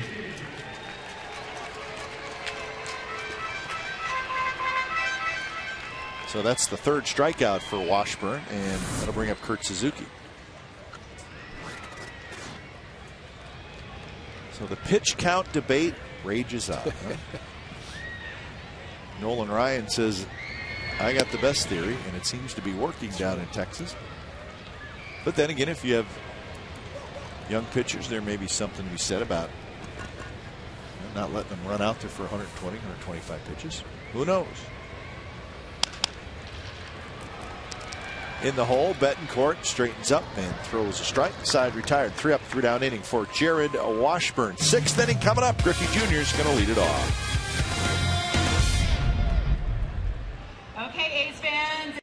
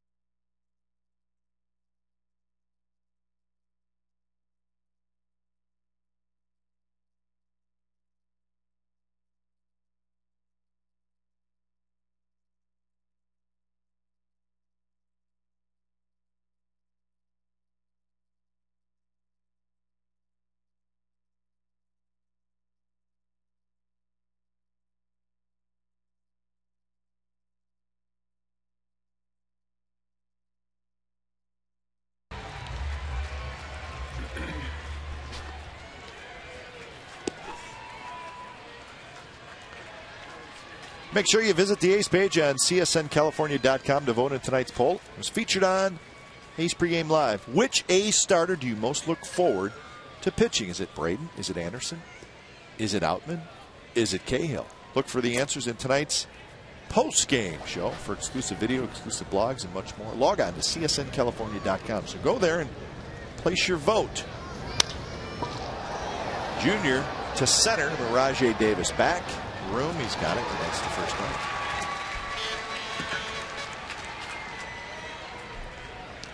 Well, not surprising, Ken Griffey Jr. has a very athletic family. He's got his son Trey. He said he's 15. Big football player, already playing spring football. He's got a daughter who's playing basketball, and he said he's got a young son. I think he said about 7. That he's got Ichiro. He's a right-hand hitter. Ichiro and Gary Sheffield down perfect. He said he puts the bat up like Ichiro does and picks at his shoulder, and then has Sheffield where he's snapping the back and forth. Yep. So it's a great time for Griff to watch his kids as his dad and mom, Ken Griffey, and his mother watch him play, or for Griff to watch his dad play. And it's good. He didn't expect to be in the game tonight. Mike Sweeney, again, back spasm, as was reported from the clubhouse. The reason Mike had to leave the game, and we wish him well. I guess the question is, does the young son have his dad down? I would think so. Well, usually in a case like that, they want somebody else. Dad's boring, right? 2-2 to Russ Brandon.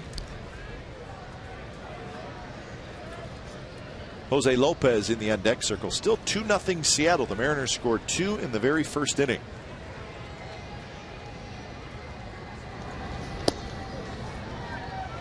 Well, the check swing by Brandon on the 0-2 slider. Looked like he's going to pull the string. Looked like it also is a pretty good strike. No check swing call. Now it's full 3-2.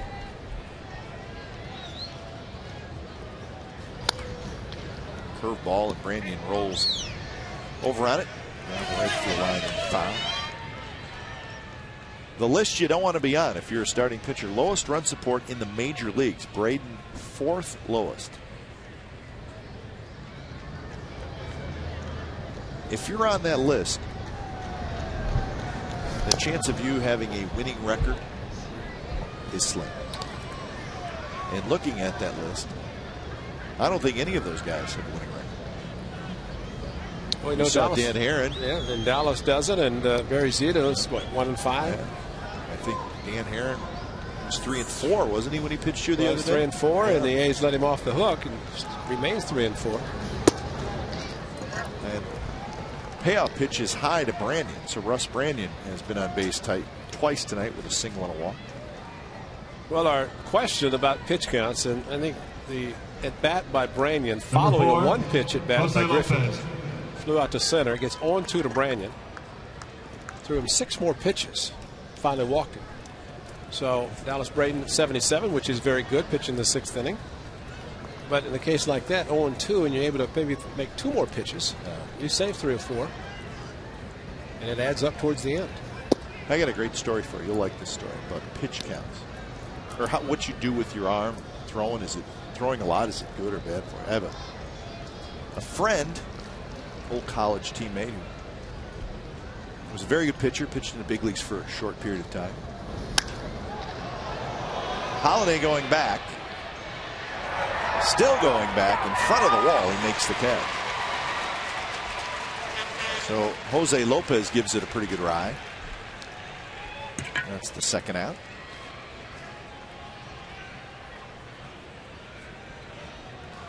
So anyways, and he always had arm trouble. Threw a lot of sliders. Elbow always hurt. Had a couple surgeries.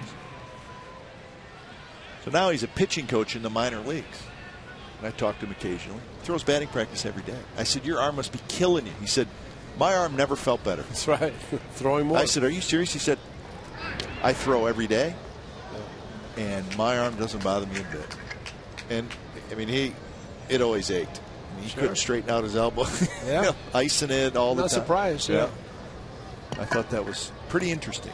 I think of Mike Marshall, 100 appearances out of the bullpen for the Dodgers. He'd throw every day. Sure. Threw every day. Majored in kinesiology, I think, University of Minnesota. But you know, he a lot of times wouldn't even throw. I remember the '74 World Series when they threw a smoke bomb out in Game 5 before Joe Rudy hit what turned out to be the game-winning home run. But he wouldn't throw. I mean, he let the smoke clear, and all he did was just try to move his arm around. Because, again, his major in kinesiology, he felt he could keep his arm loose by doing that. First pitch to Rudy after play resumed, home run. Yeah. So they use the rubber band to do some arm exercises. The relievers do. I mean, there's just so many different ways you can look at it. And is there a right or wrong way? I know the Braves pitchers that had so much success in the 90s threw a lot. Sure. Played catch maybe 2-3 times in between starts, actually, or played catch every day. I don't know. Well, Matsusaka changed things with the Red Sox when he came over from Japan a couple years ago, and he was doing things that nobody ever dreamed about doing here. He threw like 90 pitches in the bullpen before the game. Yeah, and then threw every day. And John Farrell said, wait a minute, they don't do this here. But his arm was accustomed to doing that, and why change? Well, now he's not flying. He's getting loose. Holiday racing in, still coming in on the run. Matt Holiday makes the play. Side retired. Bottom of the 6th coming up. Still 2-0 Mariners.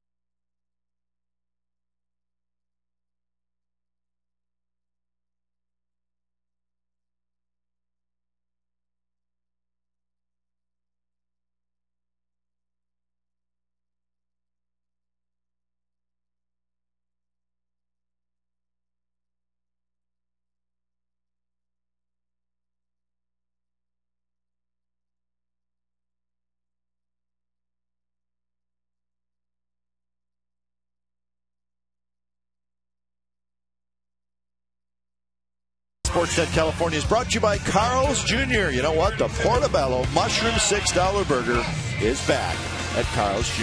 And it's more than just a piece of meat. How about this, Ray? Was this great or what? Well, that's easy for you to say. Clank. Oh, there's more to this story, though. Jared Washburn stood out on the mound, and there was not a catcher around to catch his warm-up toss. He's trying not to really laugh. He threw me a two-seamer intentionally and right off my kneecap. So Bruce Hines is the third base coach. He's trying to be the good soldier. Goes out there, one pitch to him, and it got him. Well, Don Wakamatsu, of course, a former catcher managing the Mariners, went to shake his hand today, and he put on his left hand. He's got something wrong with his right hand. He can still throw batting practice, but he didn't go out to warm up the pitcher. Jack Cust grounds out to Lopez in short right field. No, Don said, you know what, I'm a manager now. Forget it. I'm not going out there. Yeah. I did enough of that in my time. Take one for the team, Bruce. Poor guy, that's always going to be on tape. Well, it was funny. He was just trying to help out the team.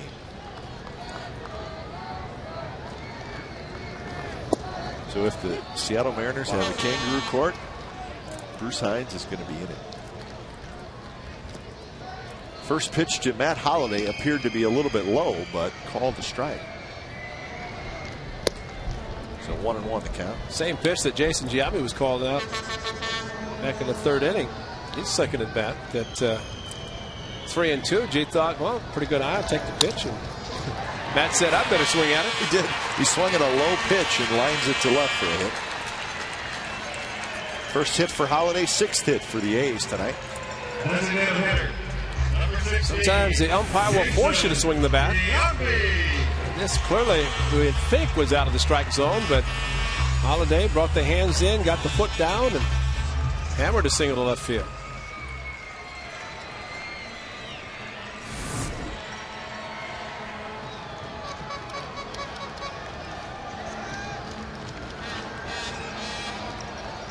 So the third matchup between Washburn and Giambi. Did Jason go around? No. You notice that Dana DeMuth was not going to call it himself. Home plate umpire. We like him for that. Unlike Brian Knight yesterday, who actually maybe he learned something because it was appealed to him at third after umpiring behind the plate yesterday. Well, Dana DeMuth is the crew chief behind home plate. He's been around a long time. This is how you do it. Cost Jim Scandal an ejection, who, as he said, didn't say that much, really. Actually, probably said the same thing we said up here, only he got ejected and we got to stand again.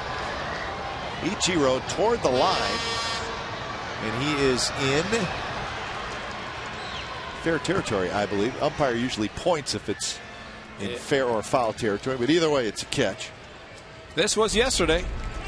Check swing by Kurt Suzuki, who was trying to get out of the way of the ball, and Brian Knight called him out, said an appeal, and we actually thought manager Bob Garrett had been ejected, but he was out to protect his hitting coach. I wonder if you looked at the tape. I wonder if Matt Weiss had it queued up for him when he got back in the umpire's room. Well, Jim Scalan, I talked to him today. He told me what he said. He didn't say it wasn't anything terrible.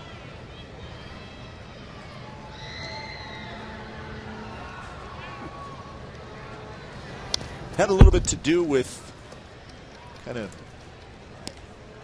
what you usually do in the morning. Wake up in the morning, wake up, something like that. But nothing horrible. Considering it was 1:15 p.m. 0-2 to Adam Kennedy. And he got him with a fastball in the outside corner. So Jared Washburn continues to roll along. That's his fourth strikeout, and he has thrown 6 shutout innings. 7th inning coming up, 2-0 Seattle.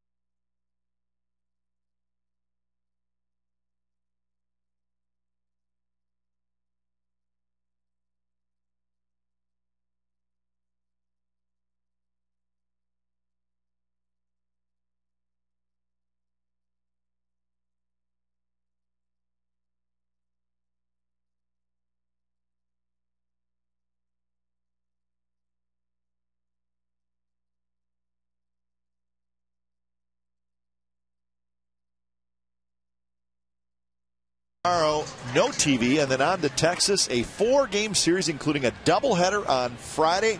They're all going to be televised on Comcast Sportsnet California. There's the probables: Outman, McCarthy, Gonzalez, Feldman. That's the doubleheader. And then Saturday, Anderson and Harrison. Sunday, Braden and Millwood. Again, all 4 games televised from Arlington. That's a fair ball right down the line. It's going to be Rob Johnson who's going to dig for second, and he'll have a stand-up double.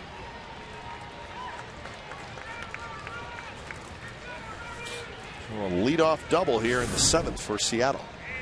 Well, Hanahan on the grass, even with a bag and off the line, but could not get to the ball. Leadoff doubles, so Dallas Braden in trouble. Giving up just 3 hits the last 5 innings after 4 and 2 runs in the first inning.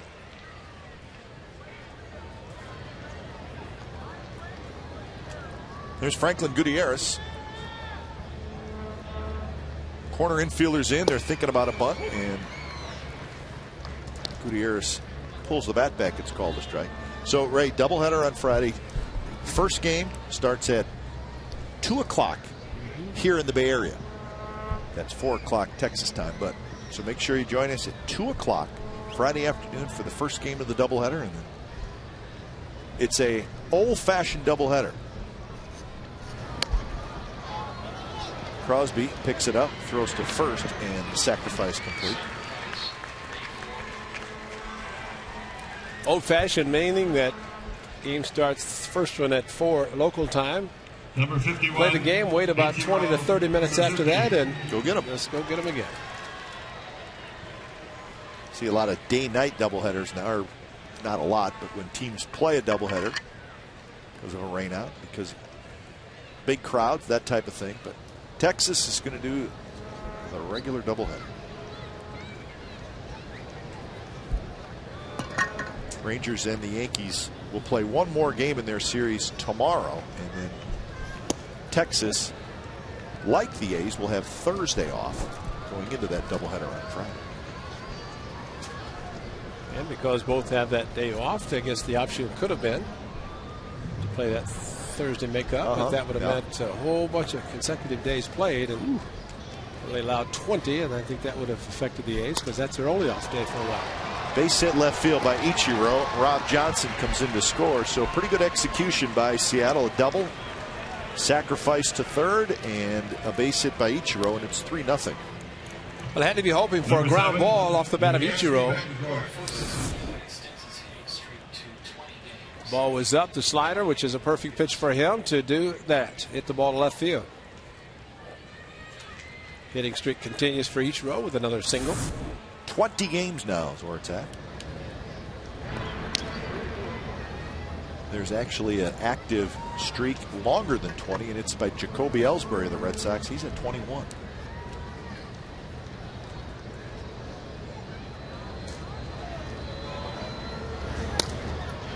Betancourt whistles one into the seats right behind the Mariners dugout. Betancourt has 2 hits today, single in the first, ground out in the third, single in the fifth. Craig Breslow, the left-hander, starts to loosen up.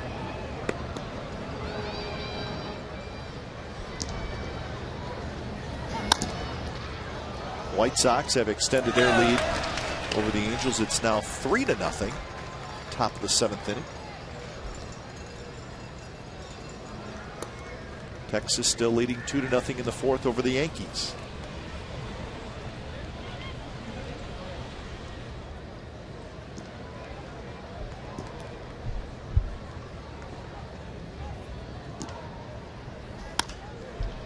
Another foul ball on the right side. Braden got in on the hands of Betancourt that time.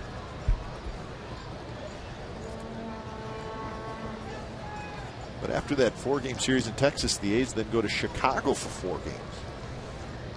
So a busy road trip. 8 games in 7 days.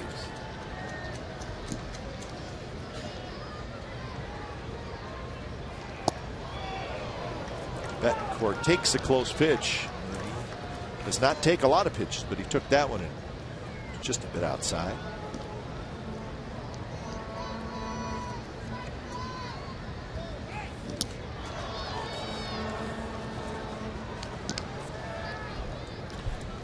Ellis Braden just gave up his third run and still looks up on the board and sees a 0 on his side of the ledger. Over Crosby's head, Kennedy is going to go to second and get the out there. So smart play by Adam Kennedy. So Betancourt's on first with the fielder's choice. A's Baseball on Comcast Sportsnet California is brought to you by Cache Creek's Splash of Cash. It's giving away $12,000 cash daily. Visit cashcreek.com for details.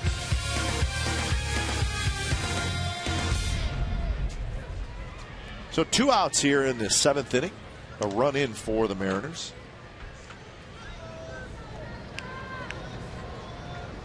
Adrian Beltre is 2 for 3 as he steps in.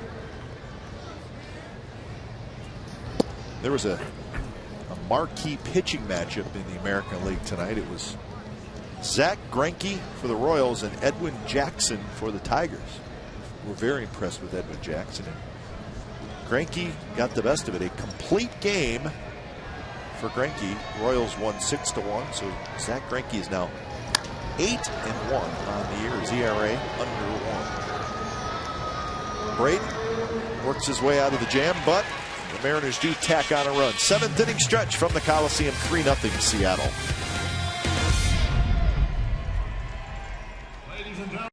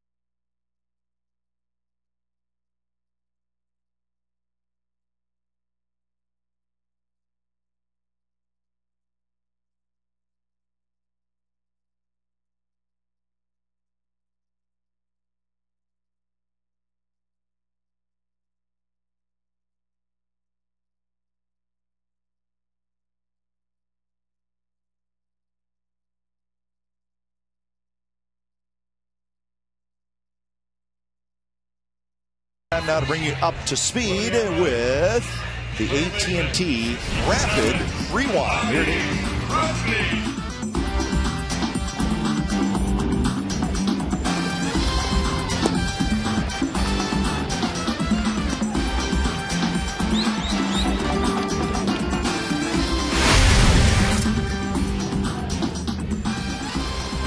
AT&T, the nation's fastest 3G network. AT&T, your world delivered. New pitcher for the Mariners. It's the veteran right-hander Miguel Batista. A's have seen him many times, so there's really no secrets here. Batista pitching out of the bullpen now. 3-9-0 for Seattle, 0-6-0 for the Athletics. Washburn out after 97 pitches. So Washburn, the 6 innings, no runs, obviously, 1 walk and 4 strikeouts. Well, you think the way he was dazzling the A's, maybe go out another inning or so, you know, but 97 pitches, so the A's at least worked him well enough to get the pitch count up. But when a guy's dominating the way Washburn was tonight, you can't wait to get him out, whatever way. And so the A's at least 3 more opportunities to get the bullpen. The Mariners, see if they can get back in the game. Bobby Crosby is 2 for 2, and he shoots that one foul. Well, the A's had their chance early in the game against Washburn. did not score, but from the 2nd inning through the 6th inning, they did not get a runner past first base. They had the shot and couldn't get to him in that very 1st inning. Bobby Crosby got a good fastball to hit there, fouled it straight back.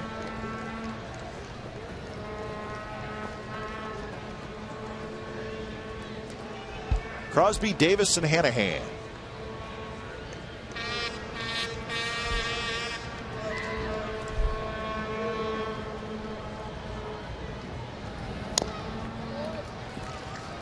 Batista, another veteran in the final year of a contract. The Mariners are going to have a lot of money coming off the payroll after this year. Nomar Garciaparra, gloves are on, helmets on. I have a feeling we're going to see him pinch hit in this inning. The bases loaded, maybe, and clear the bases. Beltre handles it, straightens up, flips it across. Side retired. So 5-3 on the putout. And Rajay Davis coming in. Number 11, Rajay Davis. Two-time Gold Glover the last 2 years. Beltre winning it, and just flat foot, just squares himself up and flips the ball across the infield. Very strong arm.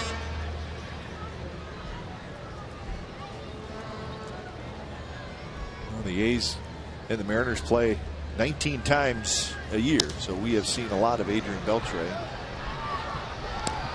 I think that's a legitimate award for him, don't you? A Gold Glove.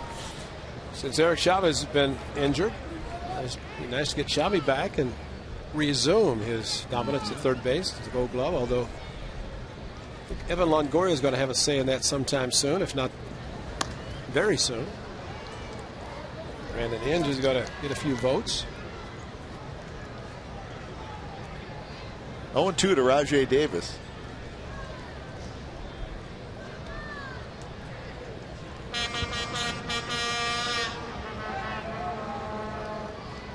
Davis fly ball to left field and grounded into a 6-3 double play. Goes after a high fastball, just gets a piece of it. So Davis hanging in there.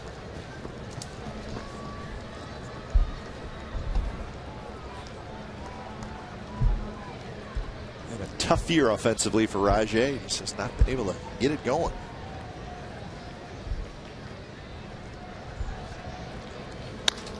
Hits that one into right field, a base hit. 0-2 pitch. So the speedy Rajay Davis is aboard. As we say, when you get a pitch outside that's up with a couple of strikes, you're exactly that. And Mike Sweeney saw in the 1st inning for the Mariners take a similar pitch outside, drive a ball to right field for double. So that's just good hitting. Taking the pitch and not trying to pull an impossible pitch.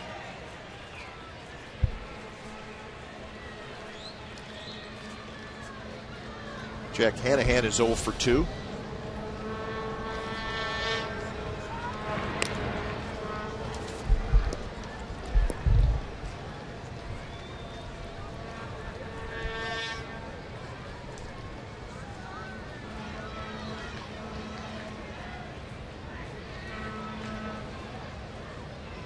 Hanahan a pop out to short and a fly ball to left field.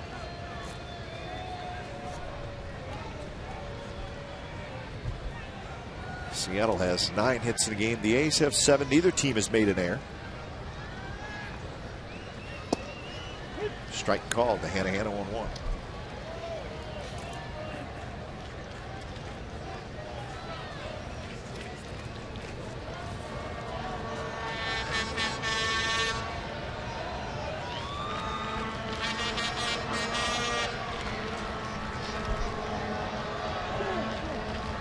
The A's will face a tough left-hander in the series finale tomorrow. Eric Bedard will pitch for Seattle. Trevor Cahill for the A's. So a good pitching matchup tomorrow. That's radio only. 12:35 first pitch from the Coliseum. And that is the obviously series finale and homestand finale for the A's. So Cahill and Bedard. Bedard a 2.64 ERA, and that's one of the better ERAs in the American League. Rematch on April the 12th. Trevor Cahill gave up just 1 run, and that was the double by Sweeney scoring. Beltre from first. That was it. That's right. Well, when Bedard's healthy, he's very good. Ray, we are told that Bobby Abreu has just hit a home run his first of the year.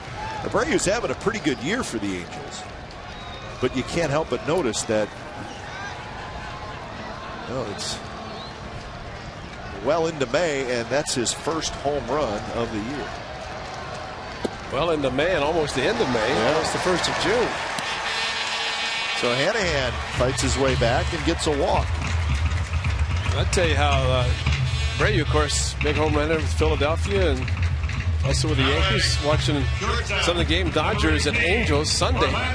He had a ball straight away center, and you figure with power, thought it'd be a home run. It's a triple off the wall. He's running hard all the way, so he knew. Sure. Just so far not showing the power, but David Ortiz beat him by about a week.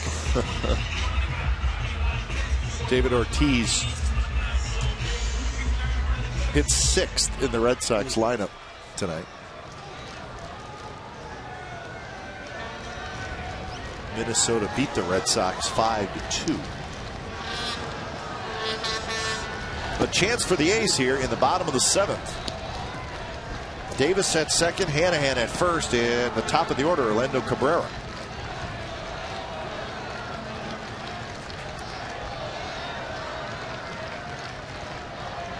Well, it is a situation where the A's were glad that Washburn out of the game after 97 pitches.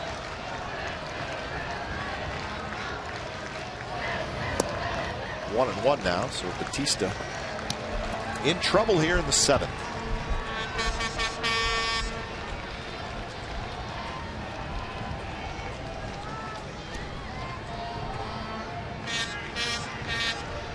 The bottom 2 in the batting order get on and turn it over at the top with Cabrera, Suzuki, and Cust trying to keep something going in the 7th. That's a little flare to right. That's going to drop for a hit. Rajai Davis read it beautifully. He will score, and the A's are on the board. 3-1.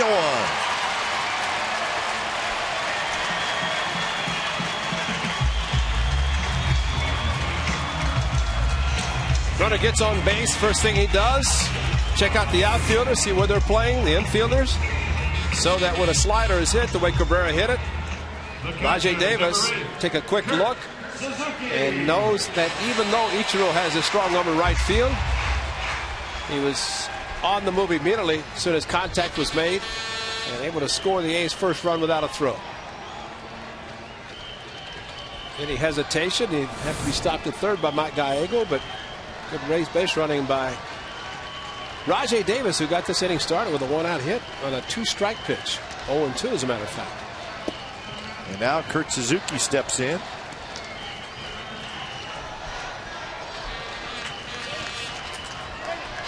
Mark Lowe starts to loosen up.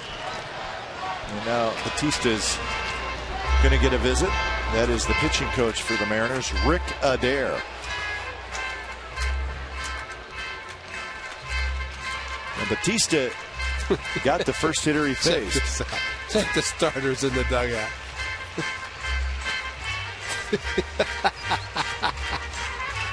Gotta be kidding me. Oh my. I want to be a starting pitcher. Yeah, they got too much time in their hands. Huh? I mean, they had to say, okay, guys, we're going to be sitting here. We're going to synchronize this, you know. Somebody needed to say, stop, don't do it. Yeah. Tommy boy, what a shot. Suzuki hits it hard, but just foul.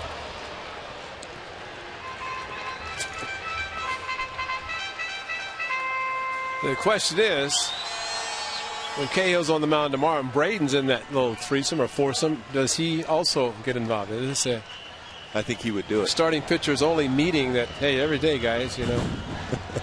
Jeez.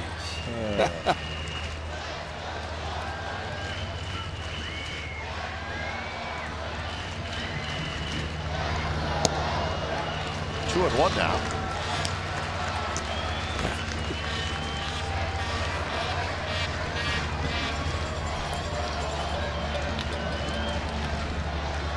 So you don't think Vida Blue and Catfish Hunter, no. Kenny Holzman, they wouldn't have, John Blue Moon Odom, they wouldn't have done that. Okay. Suzuki, kind of an emergency swing, and fouls it back to the screen. 2-2 the count.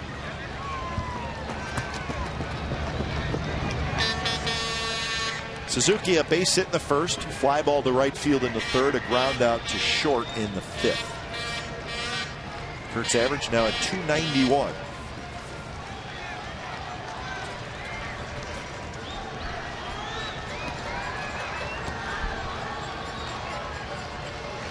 Double look by Batista. Full count. Good take by Suzuki. That's the same pitch he swung at the pitch before, and he laid off that time.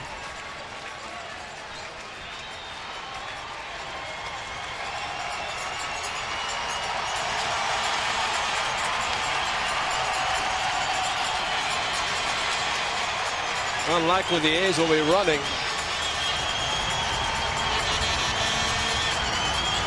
They are not going, and the pitch inside. He walked him. Bases are loaded. 1 out for Jack Cust.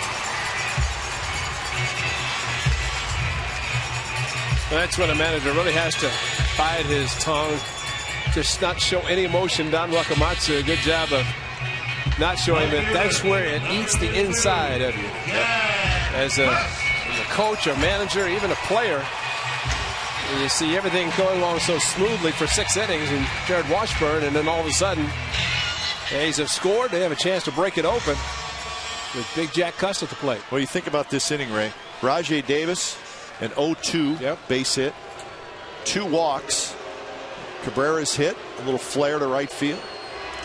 So Don Wakamatsu's seen enough. Mark Lowe's coming in, and he will face Jack Cust. Bases loaded, 1 out.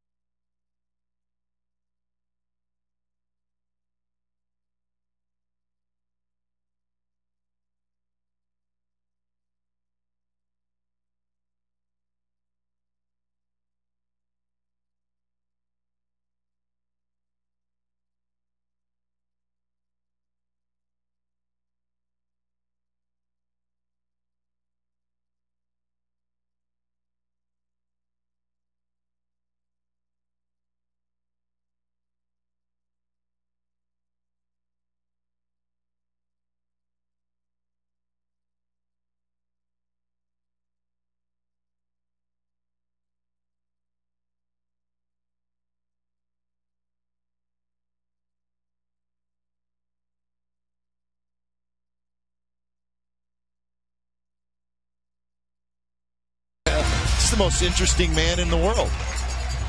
That's what the commercial says. I love that guy. That's the Have you heard what they say? One of the commercials says that the Dos Equis guy, he put himself in a compromising situation just to see what it was like. I love that. Is that what Jack Cust is in right now? That's right. No, we like to think Mark Lowe is in a compromising position. Bases loaded for Cust. Big chance for the A's. Low. First pitch, shallow center. Gutierrez racing in, still coming in. He's going to get there, and he flips it back in, and there's nothing the A's runners can do. So on the first pitch, Cust took a rip at it and flies to shallow center. Pitch was low, Pretty good pitch for Jack to hit, and nothing wrong with going after it. He just got under it and a little bit towards the end of the bat.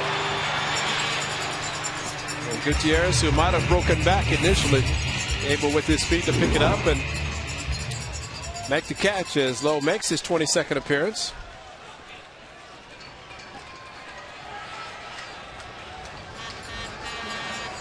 Here's Holiday, a big chance. Base hit, and this game could be tied.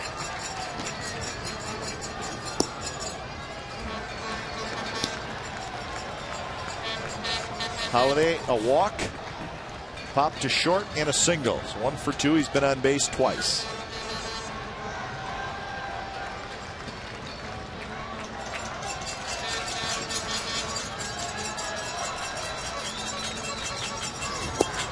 Two 2-0. Well, he's got to see a strike here.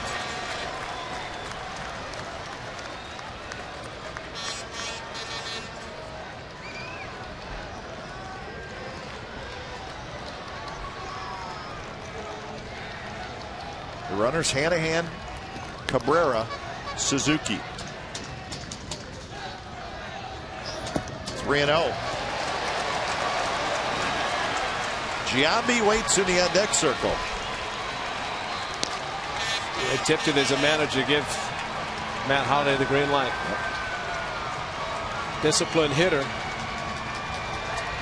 And it's going to be a fastball that he needs to throw right down the middle of the plate. No corner shot here.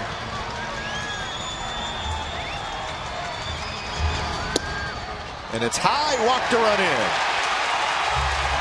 Hanahan trots home. It's 3-2.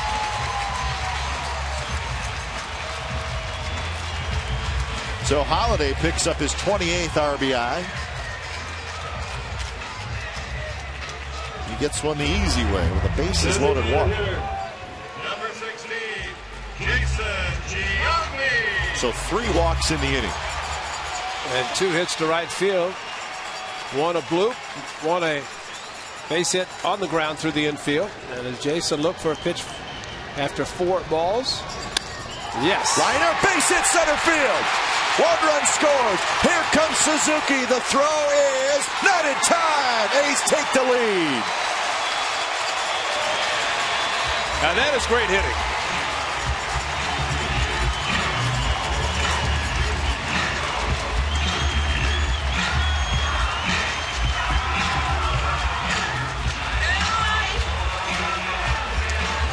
Four pitches out of the strike zone, and Jason Giambi, professional hitter, got the fastball and right back up the middle. Semi shift on, but G just ripped it up the middle, right exactly where the ball should have been hit. And Kurt Suzuki on contact moving, and 4 runs in an inning. And Jared Washburn, a no decision. Dallas Braden,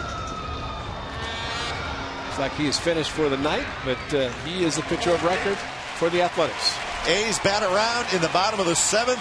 And Jason Giambi, a 2-run single that tied it and then gave the A's the lead. 8th inning coming up. A's 4, Mariners 3.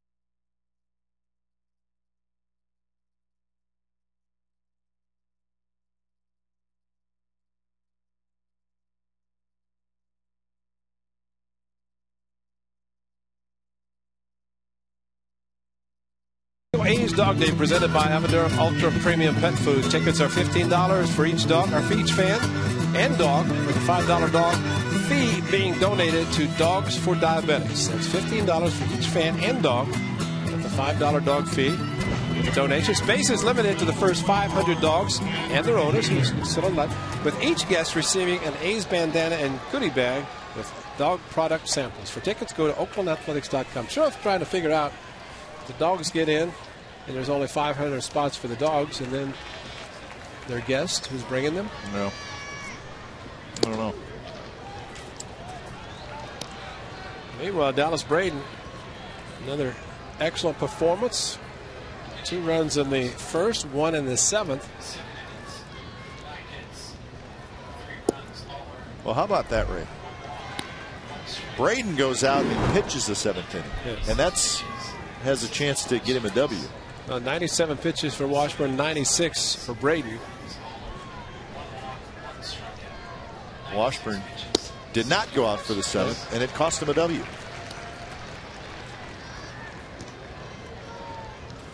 So the A's with a 4 spot in the 7th take a 4-3 lead.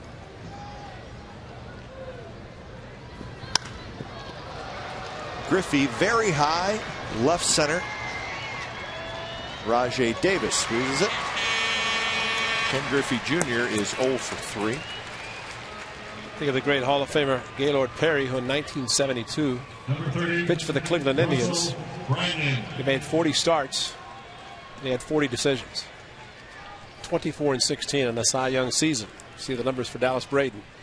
And there were times that the manager would walk out and say to Gaylord, "How do you feel?" And he'd look at the bullpen and he'd say, "I feel well enough that I'm going to finish this game." Nothing against the reliever, but he said, "I'm here to pitch and I want to win. And I'm going to go 9 if I have to. I'll go 10, 11. And when you can make 40 starts, first of all, make 40 versus 34, 35, because that was a 4-man rotation. But get a decision every time you walked out the mound. It's unheard of. Well, that was the year he started out 15-0, right? Is that the season or no? No, that had been 74. Oh, okay. As a matter of fact, lost to the A's. I think it was 74. Yeah. Of course, traded from the Giants to the Indians. Jack. Terrific play by Jack Hanahan as Brandon's retired. Oh, the big foul territory. Pitchers love it. Hitters hate it. But Jack Hanahan knows it well. And we have seen Eric Chavez play it so well at third base. Carney Lansford, Sal Bando.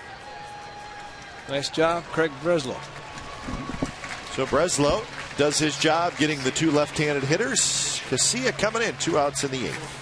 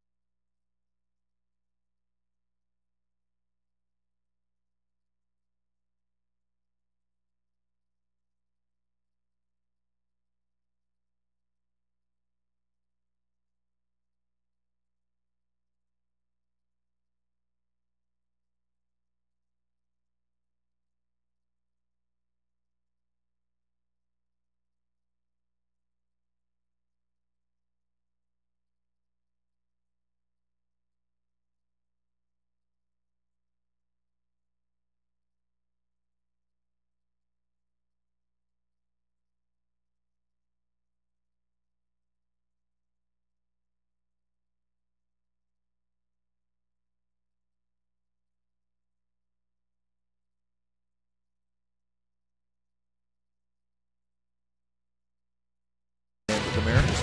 Giants across the bay. Both teams are home. Willie McCovey on Chronicle Live. Jose Canseco fights again. What could that possibly be about? It's all coming up on Sportsnet Central over on our sister station, Comcast Sportsnet Bay Area. 2 outs here in the top of the 8th. Santiago Casilla comes in to face the right-handed hitting Jose Lopez, and Andrew Bailey will start to loosen up.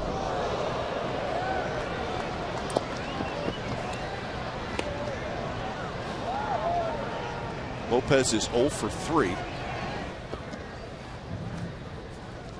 So Casilla's job, get out a right-handed hitter.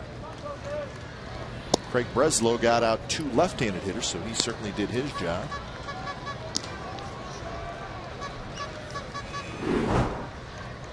One and one with a 3.50 ERA for Casilla. On the ground, Cabrera stays down on it, and that's the inning. Casilla does his job, and the A's take a 4-3 lead into the bottom of the 8th inning.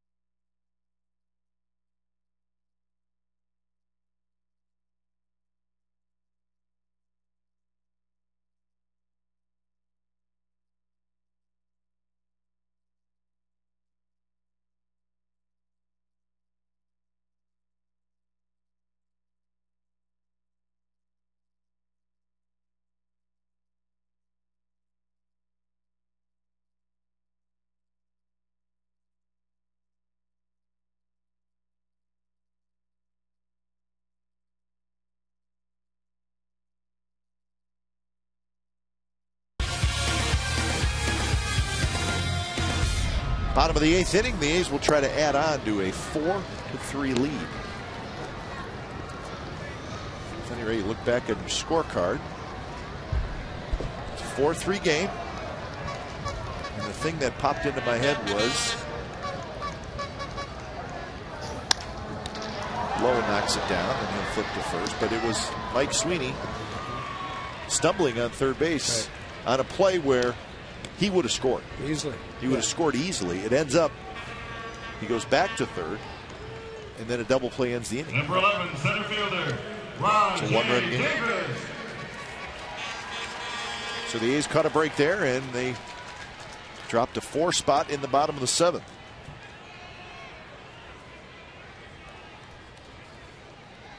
Rajai Davis, a big at-bat in that 7th inning. He was down 0-2. And he got a pitch, probably a ball, but he was able to get a base hit to right field, and that's when it all started. Did that against Miguel Batista.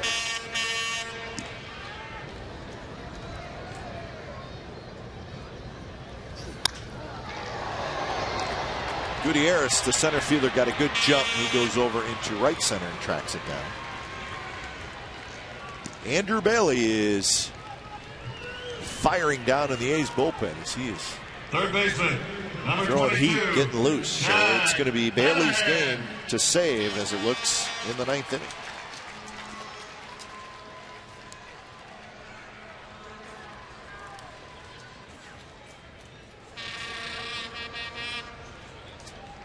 Jack Hanahan hits here with 2 outs against Mark Lowe.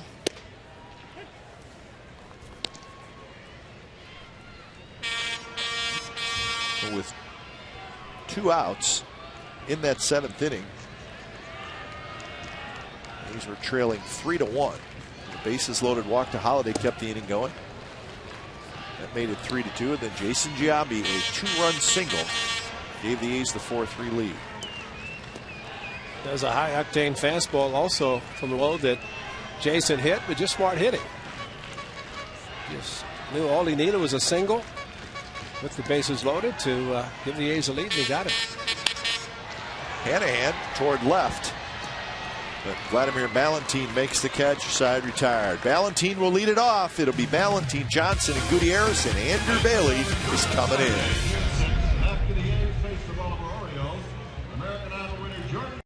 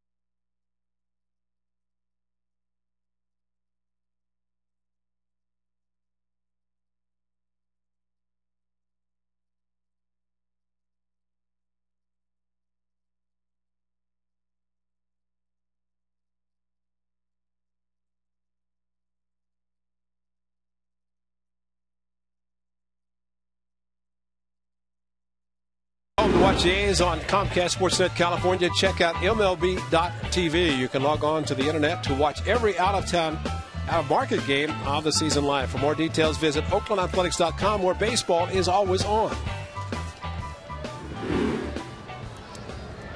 Well, here's Andrew Bailey on to try to pick up the save. It's a 4-3 A's lead. 35 strikeouts in 28 2/3 innings for Bailey. He does have one save this year.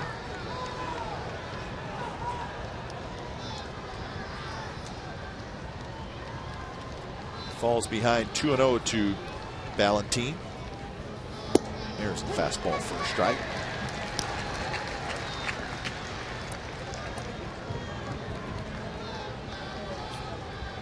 Valentin is 0 for 3. He's flied out to left field twice, and he has a strikeout. Outside corner, 2-2, 95 miles an hour.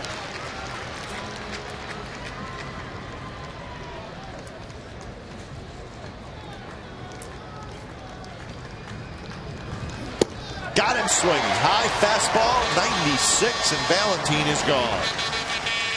One away in the ninth. Now, Bailey works quickly, hits the ball, and that fastball up in the zone at 96.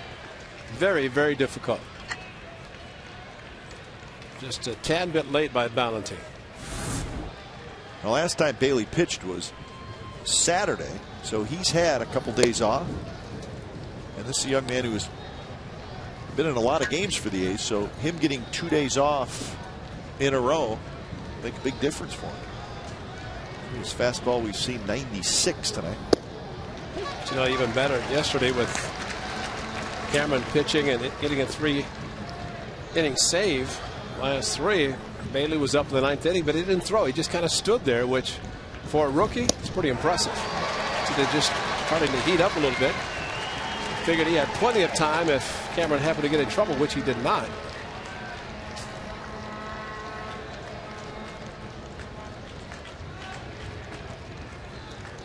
1-2 to Rob Johnson. We checked his swing in the high fastball.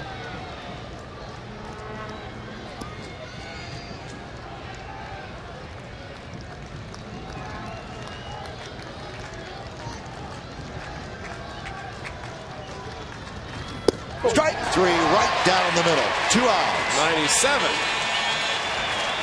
It's getting loose. Yeah.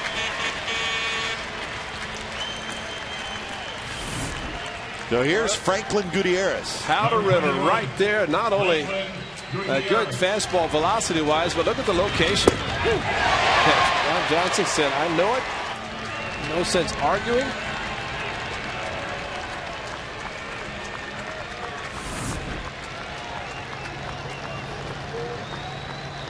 First pitch to Gutierrez. Fastball right there for a strike.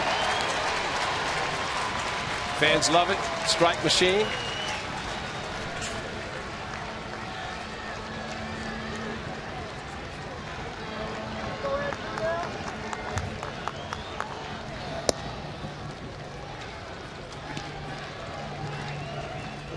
Andrew Bailey's got to know. Got in the on deck circle is not who you want to come up. So Franklin Gutierrez, a right-hander, is the key guy. I mean, you think, well, Ichiro's that can hit it out of the park. You have no idea what he's going to do. And with a 1-run game, the outfield playing very deep. It's the no doubles. You see there, back near the warning track almost. Now it's 2-2. Bailey is throwing hard. He's coming right at the hitters with fastball.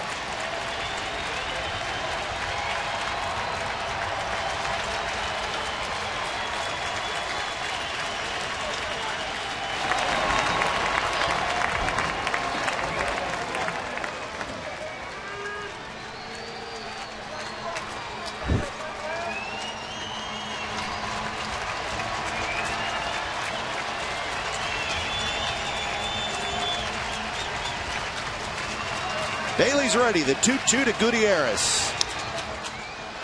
Cabrera charges, throws, ball game. 4-3 A's win.